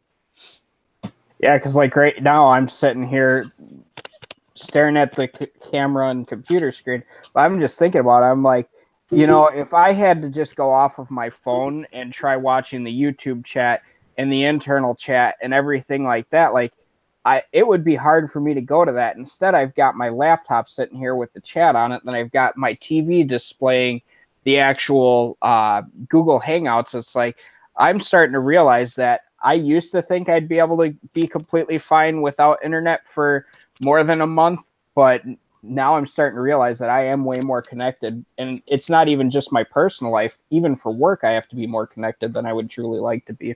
Snowy, how much of the 90s do you remember? I remember in 97, I think the reason that my earliest memory of the 90s would be in 94 or 95. And the reason that I remember that so vividly is I was young, but I remember it's when my parents got a divorce and my dad escaped from Huber. And the only reason that I remember that is because he was on Wisconsin's most wanted list for the longest time. But that's about as far back as I can remember. Okay. But I don't remember a whole lot of detail about that time frame or anything like that. The only reason I ask is because towards the mid to the late 90s is when the internet started becoming a thing and getting big, for everybody. It was a thing before that, yes, but, up until that point was the starting point where everybody started getting access to it. See, and I guess for me, my grandpa had access to a lot of that stuff in the early phases because he was a journeyman electrician, but he worked in an industrial plant where he would also write programs for CNC machines and things like that. So I always remember having a computer of some form in the household, like even before it was a general normal thing for us to have in school. I remember having a computer at home, but not having access to any of them at school. So there was a time frame when I was in elementary school. I think it was like second grade before I ever actually saw a computer anywhere other than at my home. Yeah. I remember the late 80s and the early 90s, a time of which before the internet, things were a lot more... Times when we played outside. You had to get your ass inside before the street lights came on. We were actually told to go outside instead of watch TV all day. But we snuck as much TV as we could, and then we went outside. I remember, so I was never allowed to have a TV or anything in my room, and I was forced to go outside and stuff like that. And I thank my parents a lot for that because it has obviously made me the person that I am today. But I remember one time I think I was like 12 or 13 when I started working, which for me at the time was I picked up 2 paper routes, so it was double the work. And I would have to deliver papers right after school and then early on Saturday and Sunday mornings. And I remember telling my grandpa, yeah, I want to buy a TV for in my bedroom, my grandpa told me, if you ever buy a TV for in your bedroom until we say you're old enough to have one, I will take it outside and beat it with a hammer. So I remember that. So I grew up to where I was forced to go outside, but I remember a lot of my friends that, yeah, they had TVs and Nintendos and everything else in their room as far back as I can remember. Yep.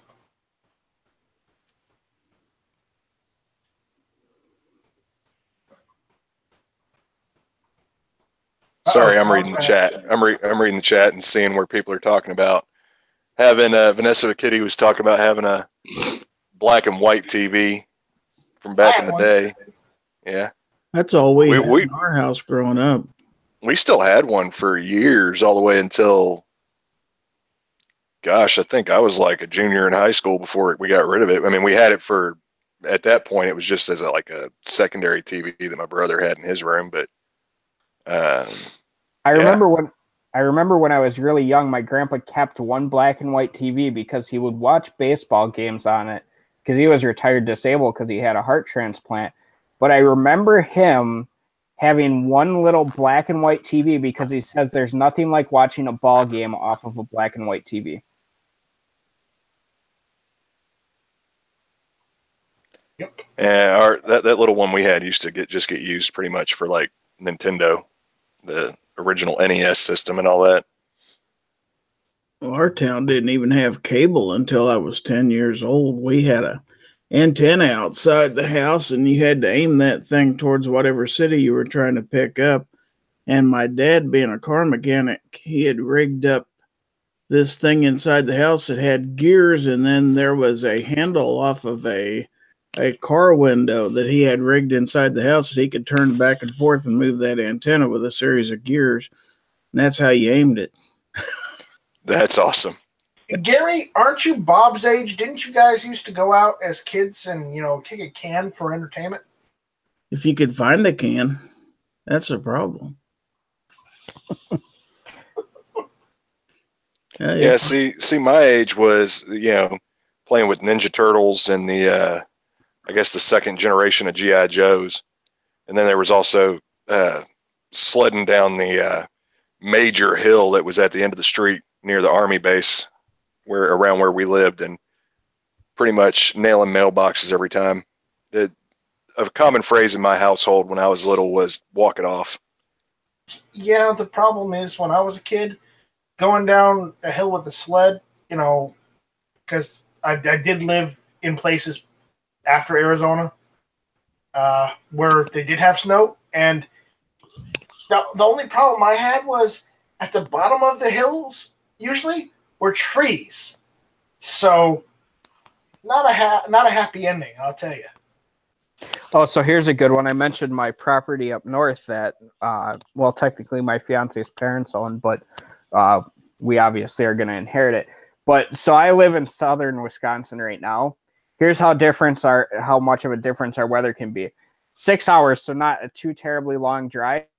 It's almost April. Normally it would be starting to warm up like it is down here. They just got hit with a foot of snow last night. So it's a foot of snow up there, and it's nice and dry and cold down here. I don't like snow. I love it. Just to kind of throw in a little perspective on that too, because my dad lives up in Michigan, and every time we go up there, we'll head to the Great Lakes. And he was telling us, I forgot which lake, but he was saying that if you go on out into the lake, you can actually find small icebergs out in the lake in the middle of summer. Lake Superior. Yep. Yeah, I used to go up there fishing when I was young because my grandma on my dad's side, we would go up and visit her even though my dad wasn't around. And yeah, I used to hear the same stories when I was younger. I never saw it, but apparently you're not the only one that's heard that. I have this urge to get one of those remote controlled boats, like, a mini Titanic, and and put it in that lake and have an iceberg in it. I don't know why. And trust me, I would have no doubt that it's out there, because we would go to the beach off that lake, and it could be, I don't know, 89. I think when we went last time, it was about 80 or 90 degrees out, and you get in that lake, and it's like freaking 50-degree, 40-degree water, maybe even less. So I mean, it gets cold in that lake. I'm sorry. It's just somebody mentioned an iceberg, and I'm like, if it's in a lake, then that means I can get one of those remote controlled ships and sink it all over again. Oh, the chat's having a lot of fun. I see Gary's in on this one, but they're talking about party lines. Gary and his party lines. Jeez. Oh, I remember back in the day, I would go to the payphones, and that would be where I made my prank calls. Yes, Gary. I remember when TV stations used to sign off. Gabriel Iglesias put it out really well. He was like, you used to see the payphones all over the place. Now, if you see one, you have to stop and take a picture and post it on Twitter and say, "Oh, look, they forgot to take it down." Some of those payphones are actually still in use. Oh, I was over in the hood in South Dallas the other day, and I actually happened to drive by an area that had didn't have the payphone, but it still had the booth up. Yeah, there's one. I only know of one payphone that's around the area that I am, and it's at a gas station that services a lot of the truckers that come through. And there's one payphone, and it is still active because I was curious because they just put an Arby's in there. So we stopped for lunch, and I was just curious to see if it still worked. Sure as shit, I put enough change in there, called my own phone, and it worked. Well, you aren't viewing the internet on that phone, but at least they'll make phone calls. Yeah. You young guys missed out on a lot of fun stuff. Like what? Crank calling on the phone? No, I mean, like I'm talking about, where I grew up, midnight, there was nothing open in town after midnight at all.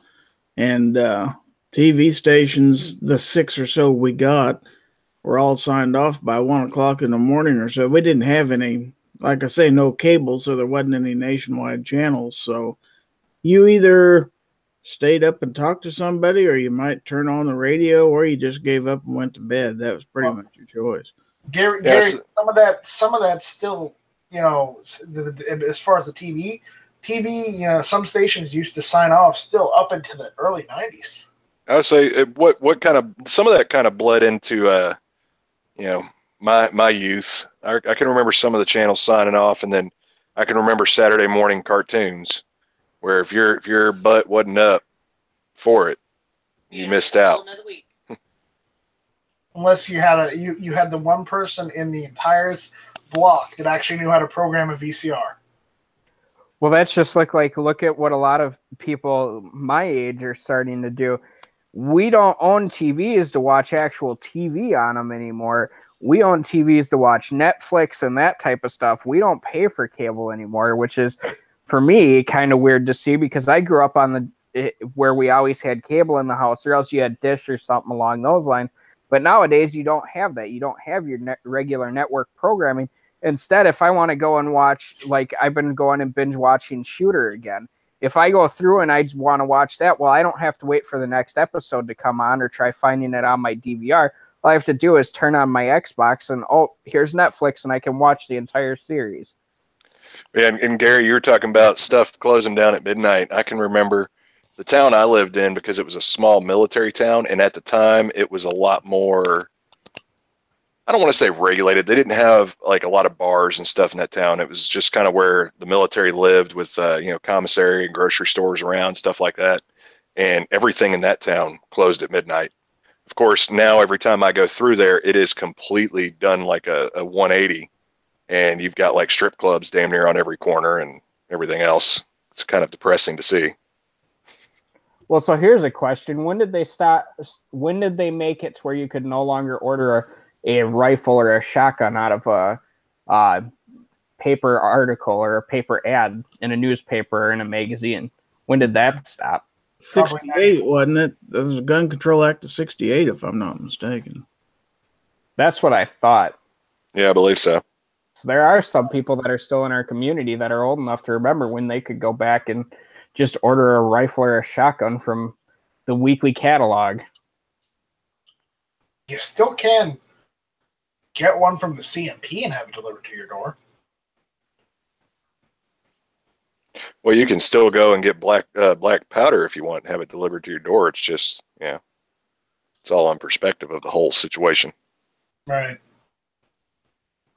Yeah, that Vanessa's right. I can remember we're talking about things closing early, but we had blue laws here in the state of Kansas, and you couldn't buy groceries. There were some restaurants that were open, but pretty much all the businesses were closed on Sundays, so you really couldn't do much of anything. You definitely couldn't buy any alcohol on Sunday. Yeah, Indiana just put into law that they, for the first time like a week or two ago, that they can actually sell booze on Sundays, which I thought was kind of weird that they were one of the states where you couldn't do that in. But then I started researching it, and I never realized that used to be a common thing. You could not buy alcohol on Sunday. Texas's law, for as long as I can remember, is you can't buy alcohol, and it still is in effect. You can't buy alcohol on Sunday before noon. It has to be afternoon. Pretty much after church, you can go buy alcohol. They used to be here in Kansas. The laws were a little different. And I think it was in Missouri you could buy on Sunday or something, because a lot of people would travel across the state lines. It's about an hour and a half trip to the Missouri state line. And there were a lot of places that were just on the other side of the Missouri state line where you could buy booze and stuff like that on Sunday. Well, that's just like, it's funny is looking at stuff like that, especially since it's not necessarily funny, but they've been proposing that in different states where it's different tax percentages on guns, like they do with alcohol and cigarettes. It's a whole different tax bracket. I used to be able to go buy cigarettes down the Illinois border, and it would be $5 or $6 down there, and it'd be like 8 or 9 up here in Wisconsin. So it's interesting to see how different places have different tax laws on that, just like they have the different abilities for alcohol on Sundays and just all kinds of stuff like that.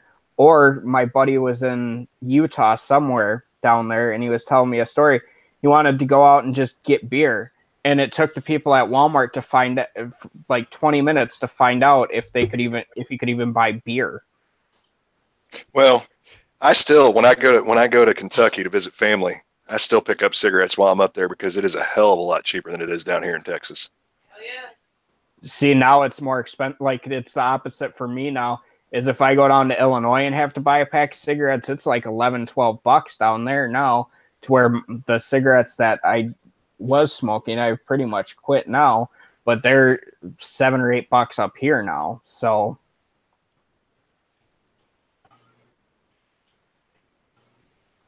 awesome.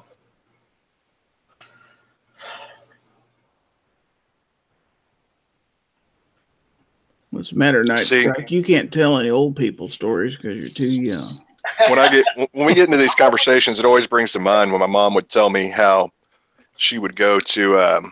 They would go to the same age as Tardot. I'm not sure. But when they would go to a Cincinnati Reds game with her dad, and he would send her off to the concession stand to get his beer for her, because they just pretty much, they would let anybody pick it up. Well, that's just like, I'm starting to realize, like, I remember when you were able to still smoke in restaurants and still smoke in bars, because that's a pretty recent thing here in Wisconsin that got banned. But I guess I hadn't been to a casino in a while, because I never realized that in Wisconsin, they didn't ban smoking in casinos. You're allowed to smoke in casinos, but nowhere else. Oh, they do that in Texas too. You can't smoke in bars or Texas and Oklahoma, parts of Oklahoma. You can't smoke in bars or anything. But you can go puffing around the casino all you want. Yeah. Same here. Yes, my daughter told me that, because I haven't been to a bar in a while, but she told me, she said, well, bars have changed a lot since you were young. She said, there aren't no smoking in bars anymore. I said, you're kidding me. I said, okay. No, I've got an old man story, Gary. I do. Okay. All right. When people used to mention cell phones, I used to think of the brick phones, because my family at one point got one of the first, commercially available brick phones for our family. They're mine. I remember the first cell phone I ever saw. I'm talking about the Motorola brick phone, which was like, ridiculous. The one that weighed like 8 pounds. Yes, The bag phone? that phone. Oh, I'm talking. My grandpa had one in a '91 Ford Ranger that was actually mounted in the truck. Oh, that's a car phone. That's what I was about to say. I can remember the old school car phones where it just looked like one of those brick phones mounted into a car. Yeah.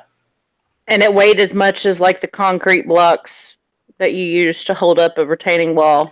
Weighed Yeah, so and much you lost like 2 miles per gallon. It didn't Yeah. cost a quarter of the price of this damn thing. This has a Yeah. cracked screen, and if I were to have to go replace it right now, they want $1,000 for a Galaxy Note 8 replacement to buy it brand new right out. Well, that's why I don't. You didn't buy get insurance on it? No, because it's technically a work phone, so they'll replace it no matter what, because they have their own separate insurance policy on all of our equipment. But if I were to go out and do it personally for myself, they would want $1,000 outright for a phone. Hey, Nice Track, can you remember pagers? I remember. Pagers. Yes. My dad I had do. a pager. I'm even old enough to remember pagers. Here, I got something to show y'all. Gary's pulling out his box of pagers. No, this is actually something that we use at work still. This is incredible. Is it a rotary phone? They still use pagers. It's a pager. Yeah. Well, you also know that a lot of doctors and nurses still uses pagers too. Well, when a lot of the people that I know that work any type of security at a hospital, they still have pagers, and I know that their cleaning crews do too. Like my grandpa worked for a local hospital here, and they used to just use pagers for everything. Now their badges actually have a chip in them where they track them about if they're actually stealing time at work, because that's what they used to use the pagers for, is be able to track where that pager is. Now they just track them off their badge. Yeah, because with pagers, you used to be able to take the battery out. Yep. You know, I still want to use the idea we talked about on another chat. I know Gunpowder and I think Gary were in on that chat where we were talking about rotary phones.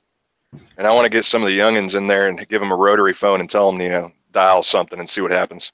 Now check this out. We're going to do that with our kids. Anybody ever have one of these? When they sit there and tell us they want a new Yes, I did. phone. I have one of those. Yeah, I had one of those. I probably still have one somewhere in a box. I don't know why I Those keep damn- these things, but I swear you could probably take one of those Nokias and shoot it with a 338 Lapua, and it would still turn on and work.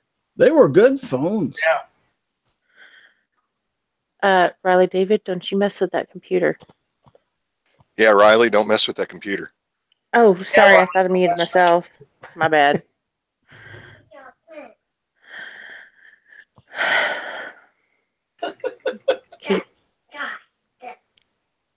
I don't need your back talk.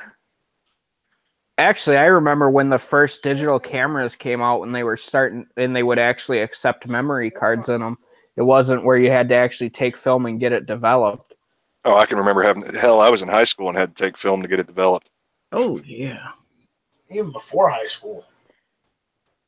You didn't waste pictures back then because it cost an arm and a leg to get the things printed. Exactly. Yeah, now you go to get an actual picture printed anywhere. It's, here, connect your phone in with the USB cable and press a bunch of buttons. Don't talk to anybody, and come back 5 minutes later and it'll crap your photo Well, out. see, I mean, digital cameras were a thing when I was in high school, but they weren't. They were nowhere near being priced enough to be able to really afford one easily. I remember going to France and same time. Digital cameras, yeah, they had some where you could, take pictures on a, what was it, 3.5? No, that was 3 1/4 floppy disk. Oh yeah. Yep. But the problem is, the resolution on those pictures weren't the greatest. That and the write speed was so slow on that drive, you'd have to wait 15, 20 seconds between shots. Yeah, I remember when I was in high school, when I was in agriculture, I took a lot of agriculture courses. The agriculture teacher, he had one of those newfangled cameras because the school got one for a bunch of the teachers, and he used those for the FFA IDs, and it took forever to take one person's picture. Well, you know what gets me nowadays, and it really shocked the hell out of me when it happened. When they came out with the Polaroid cameras again, and like all of You can print from your phone. the little teenagers know that the Polaroid cameras where it still works similar to what happened back then. You put a cartridge in with the actual photo paper and it printed out. One. They came out with those. They came out with those new ones, and all of the teenagers nowadays, like they act like it's some newfangled, device. You can print a picture out right from your camera, and I'm like, that's been around for. It's funny you mentioned that because my fiance was talking about getting a bunch of those for our wedding and putting them at each table at the reception and seeing what kind of pictures come out of them and stuff like that. So we were thinking about getting a few of those, but I started researching and they want a shit ton of money for those things. They want like $100 just for the camera. And then the film for them is starting to become like 30 or $40. They were never cheap. They were the same price then as they are now. Well, it's funny we talk about all of this because I don't have any kids, but I have a brother who's 8 years old.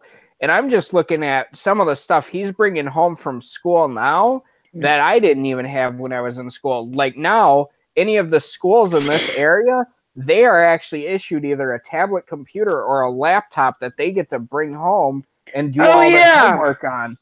My oldest has that, and that blew my mind when my ex was talking to me about it and showed me his laptop, and I was like, when the hell did he get a laptop? She's like, oh, the school issued it to him, and he was like 6. I was like, what? Yeah, Who in their right mind gives a 6-year-old a freaking tablet or a my laptop? mom and my stepdad and are very old school. They don't believe in you shouldn't touch technology till a certain age, which I think is the smart thing to do. But then my stepdad's like, I can't even keep the kid away from the technology because the school's forcing us to have it.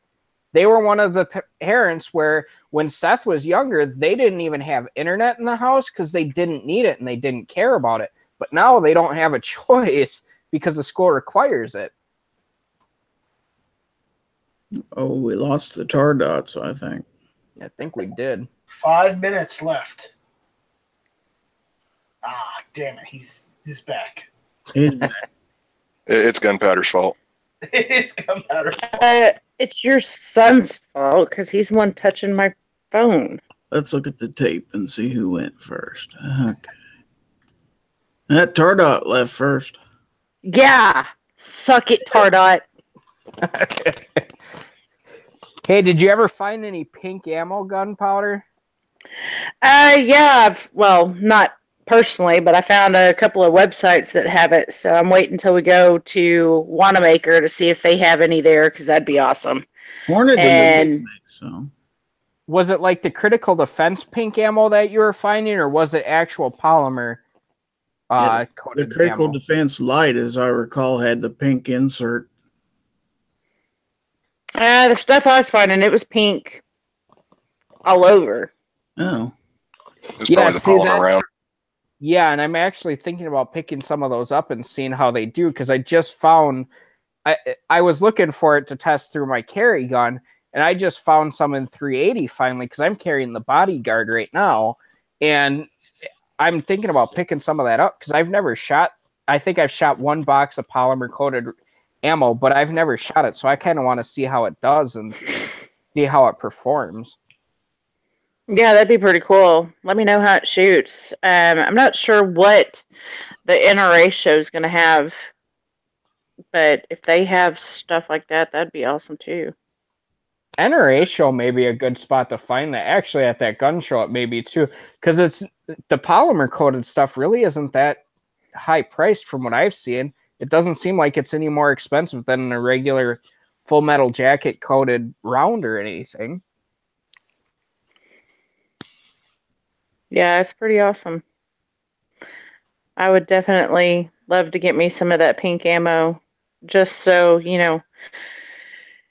I can sit there and put it in my 380 and I can pink up Tardot's 1911 and be like, yeah, it's got pink ammo. You want to carry it? Well, it's funny. I actually got in because I kind of talked about it last night, but I got into the reason on why I switched over to the Bodyguard 380 for my carry gun, and we're changing guns at work as our main carry guns. And somebody on one of the local forums started bashing me saying, oh, 380 is not powerful enough. And my argument with it was, if I'm ever going to have to use that gun, odds are it's going to be a nice up close and personal encounter. And 7 shots of 380 to center mass is going to hurt you no matter who you are. And it probably will kill you if the shots are placed decently.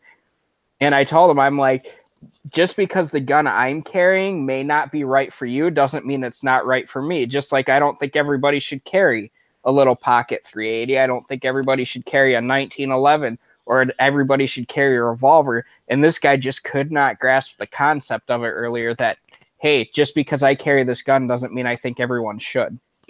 Well, and I mean, the deal with it is if you sit there and shoot somebody in the right spot, it does not matter what kind of caliber it is, because I don't know anybody that's going to survive a 380 to the head if it's placed in the right spot. You know, you shoot them in the throat, you shoot them in the gut, depending on how long it takes them to get to the hospital. They're probably not going to survive with a 380 shot as they wouldn't survive with a 45. It's whatever somebody's comfortable with. And it's kind of like those that sit there and go and, you know, bash certain gun manufacturers and stuff like that. Just because some people like Glocks doesn't mean Glocks are good for everybody. Some people don't like high points. That's cool. But, you know, it's whatever works for whoever. Unless somebody's actually buying a gun for me, I'm going to get what I want. Now, if somebody wants to go and buy me whatever their favorite gun is, yeah, I'll totally take it because it's a free gun. But, yeah, that's just my personal opinion about it. Go look at Tardot to buy you guns. Just saying. Hey, listen. Tardot's already told me if I want any more guns, I got to go make some more of that money. So, you know, I had to take on Uber for a little while. Mama needs an AR. I am so glad you said Uber, because I was about to say, don't say that. It sounds horrible. It sounds like I'm pimping you out. I think wasn't really going there, but thanks, babe. I just wanted to make sure that the chat didn't take that perspective. That's why I'm glad you said Uber. God, only you. Wow. You would sit there and go there. Well, that's just like we were talking about it earlier before the show actually started. Rich and I were talking about it, and I think Gunpowder, you were part of the conversation, but I watch Clint Smith's videos a lot, and I've gotten to go train with him at his company called Thunder Ranch. And too many people have gotten into the mindset that everything that they see is going to be the way that they fight. And we train our guys with the security contractor to, there's no such thing as a fair fight. There's one rule in a fight, and that's win. So Clint Smith, one of the videos I was watching earlier today, and it reminded me of it, he's got 2 popular phrases that remind me constantly. The first one being is pistols put holes in people, rifle put holes through people, and shotguns with the right load and the right range blow chunks of crap off of people that you'll need somebody with a shovel to come clean up. And the other one that he says is, if people want to think about it as a fair fight and that they need to aim for center mass all the time and everything like that. And his biggest argument is, no, where does that muzzle cross first? You shoot them in the crotch. And in the video, he flat out says, and people always ask me if, oh, well, the shooting them in the crotch isn't going to be a fatal wound. And he flat out says, I never said it was, but it's a good introduction. My name's Faith, and it's only going to go downhill from here. So it was funny that we were talking about that stuff earlier. I would get along with this guy because that is exactly how I would say it. Oh, he's great. I was just throwing out there, and Too Hottie was putting it in the chat, and I just caught it, but he was saying a lot of that pink ammo too is Susan G. Komen, I think he said, ammo. So like so much you buy, it goes to the cancer fund or whatever. But he said, if you look at a lot of, but you want to be careful, because if you're buying it for that purpose of going to the breast cancer cause, a lot of that money doesn't go where it's supposed to go. That's true. Yeah, that's with a lot of those companies, though. They're supposed to be nonprofit, but you can pretty much guarantee that their CEOs and higher ups are filling their pockets pretty well. That's what my Burst of Thunder was. It was a Susan B. Komen pistol. A lot of that is when it comes down to it too, is just a gimmick to sell more stuff, because people think that, hey, this is going to a good cause, and so they sell more of that particular one because of that perception. Yeah, like for me, I just buy it because it's pink.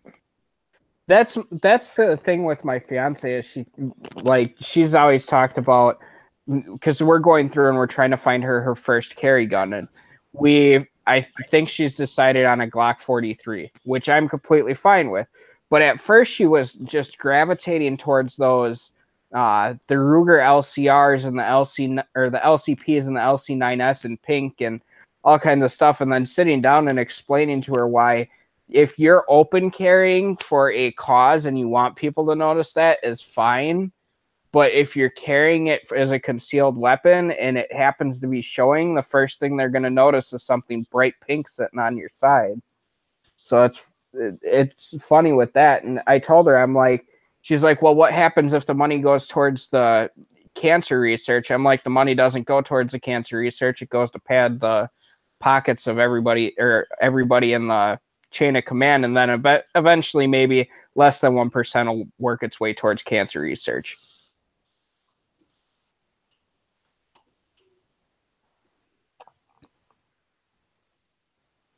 No, that's exactly right. That's why I was saying, if you're looking to buy anything, it's not just ammo. Even with the gun, that Gunpowder got her 380. She wanted it because it was pink. But if it was the perception that money was going to a good cause, wouldn't have gone for that. Would have just gotten a regular one at that point.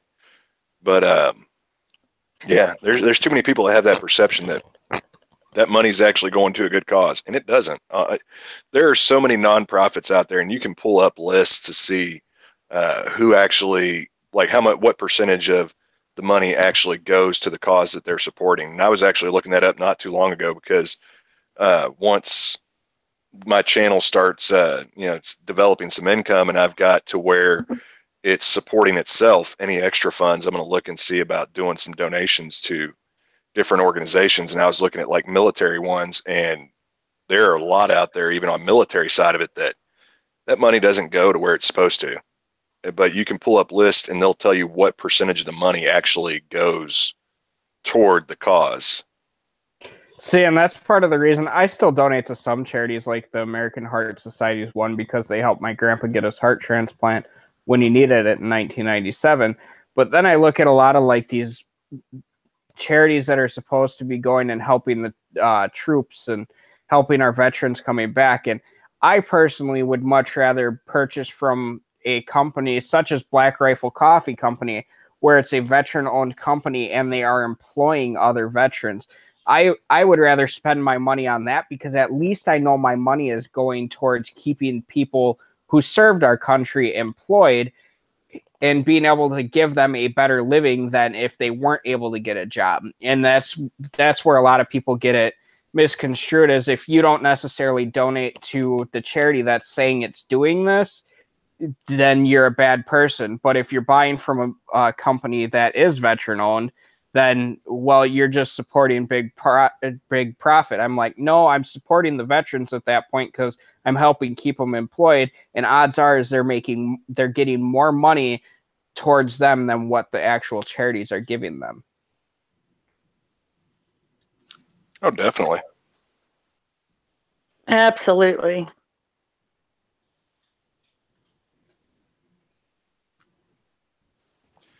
All right, so it's past 11 o'clock, and I think we've only got a couple people still in the chat.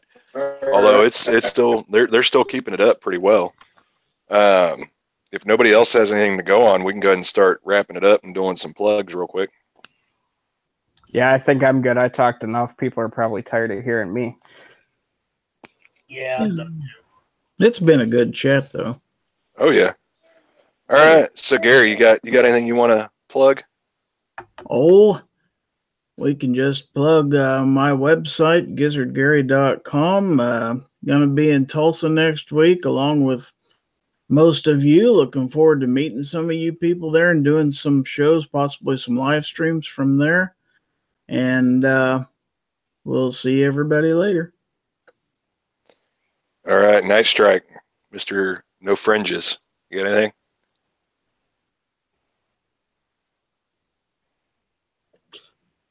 I was muted.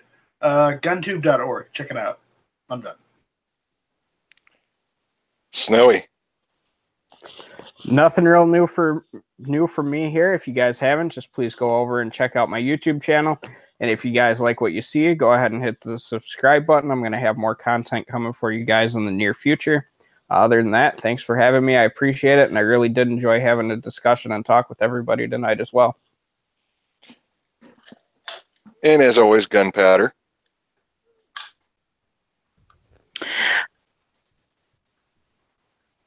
Well, for me, I don't really have anything going on this weekend. It's going to be kind of busy getting ready for Tulsa. But tomorrow there's Gun Gals at 8:30 Central Standard Time on Jill's Outdoors.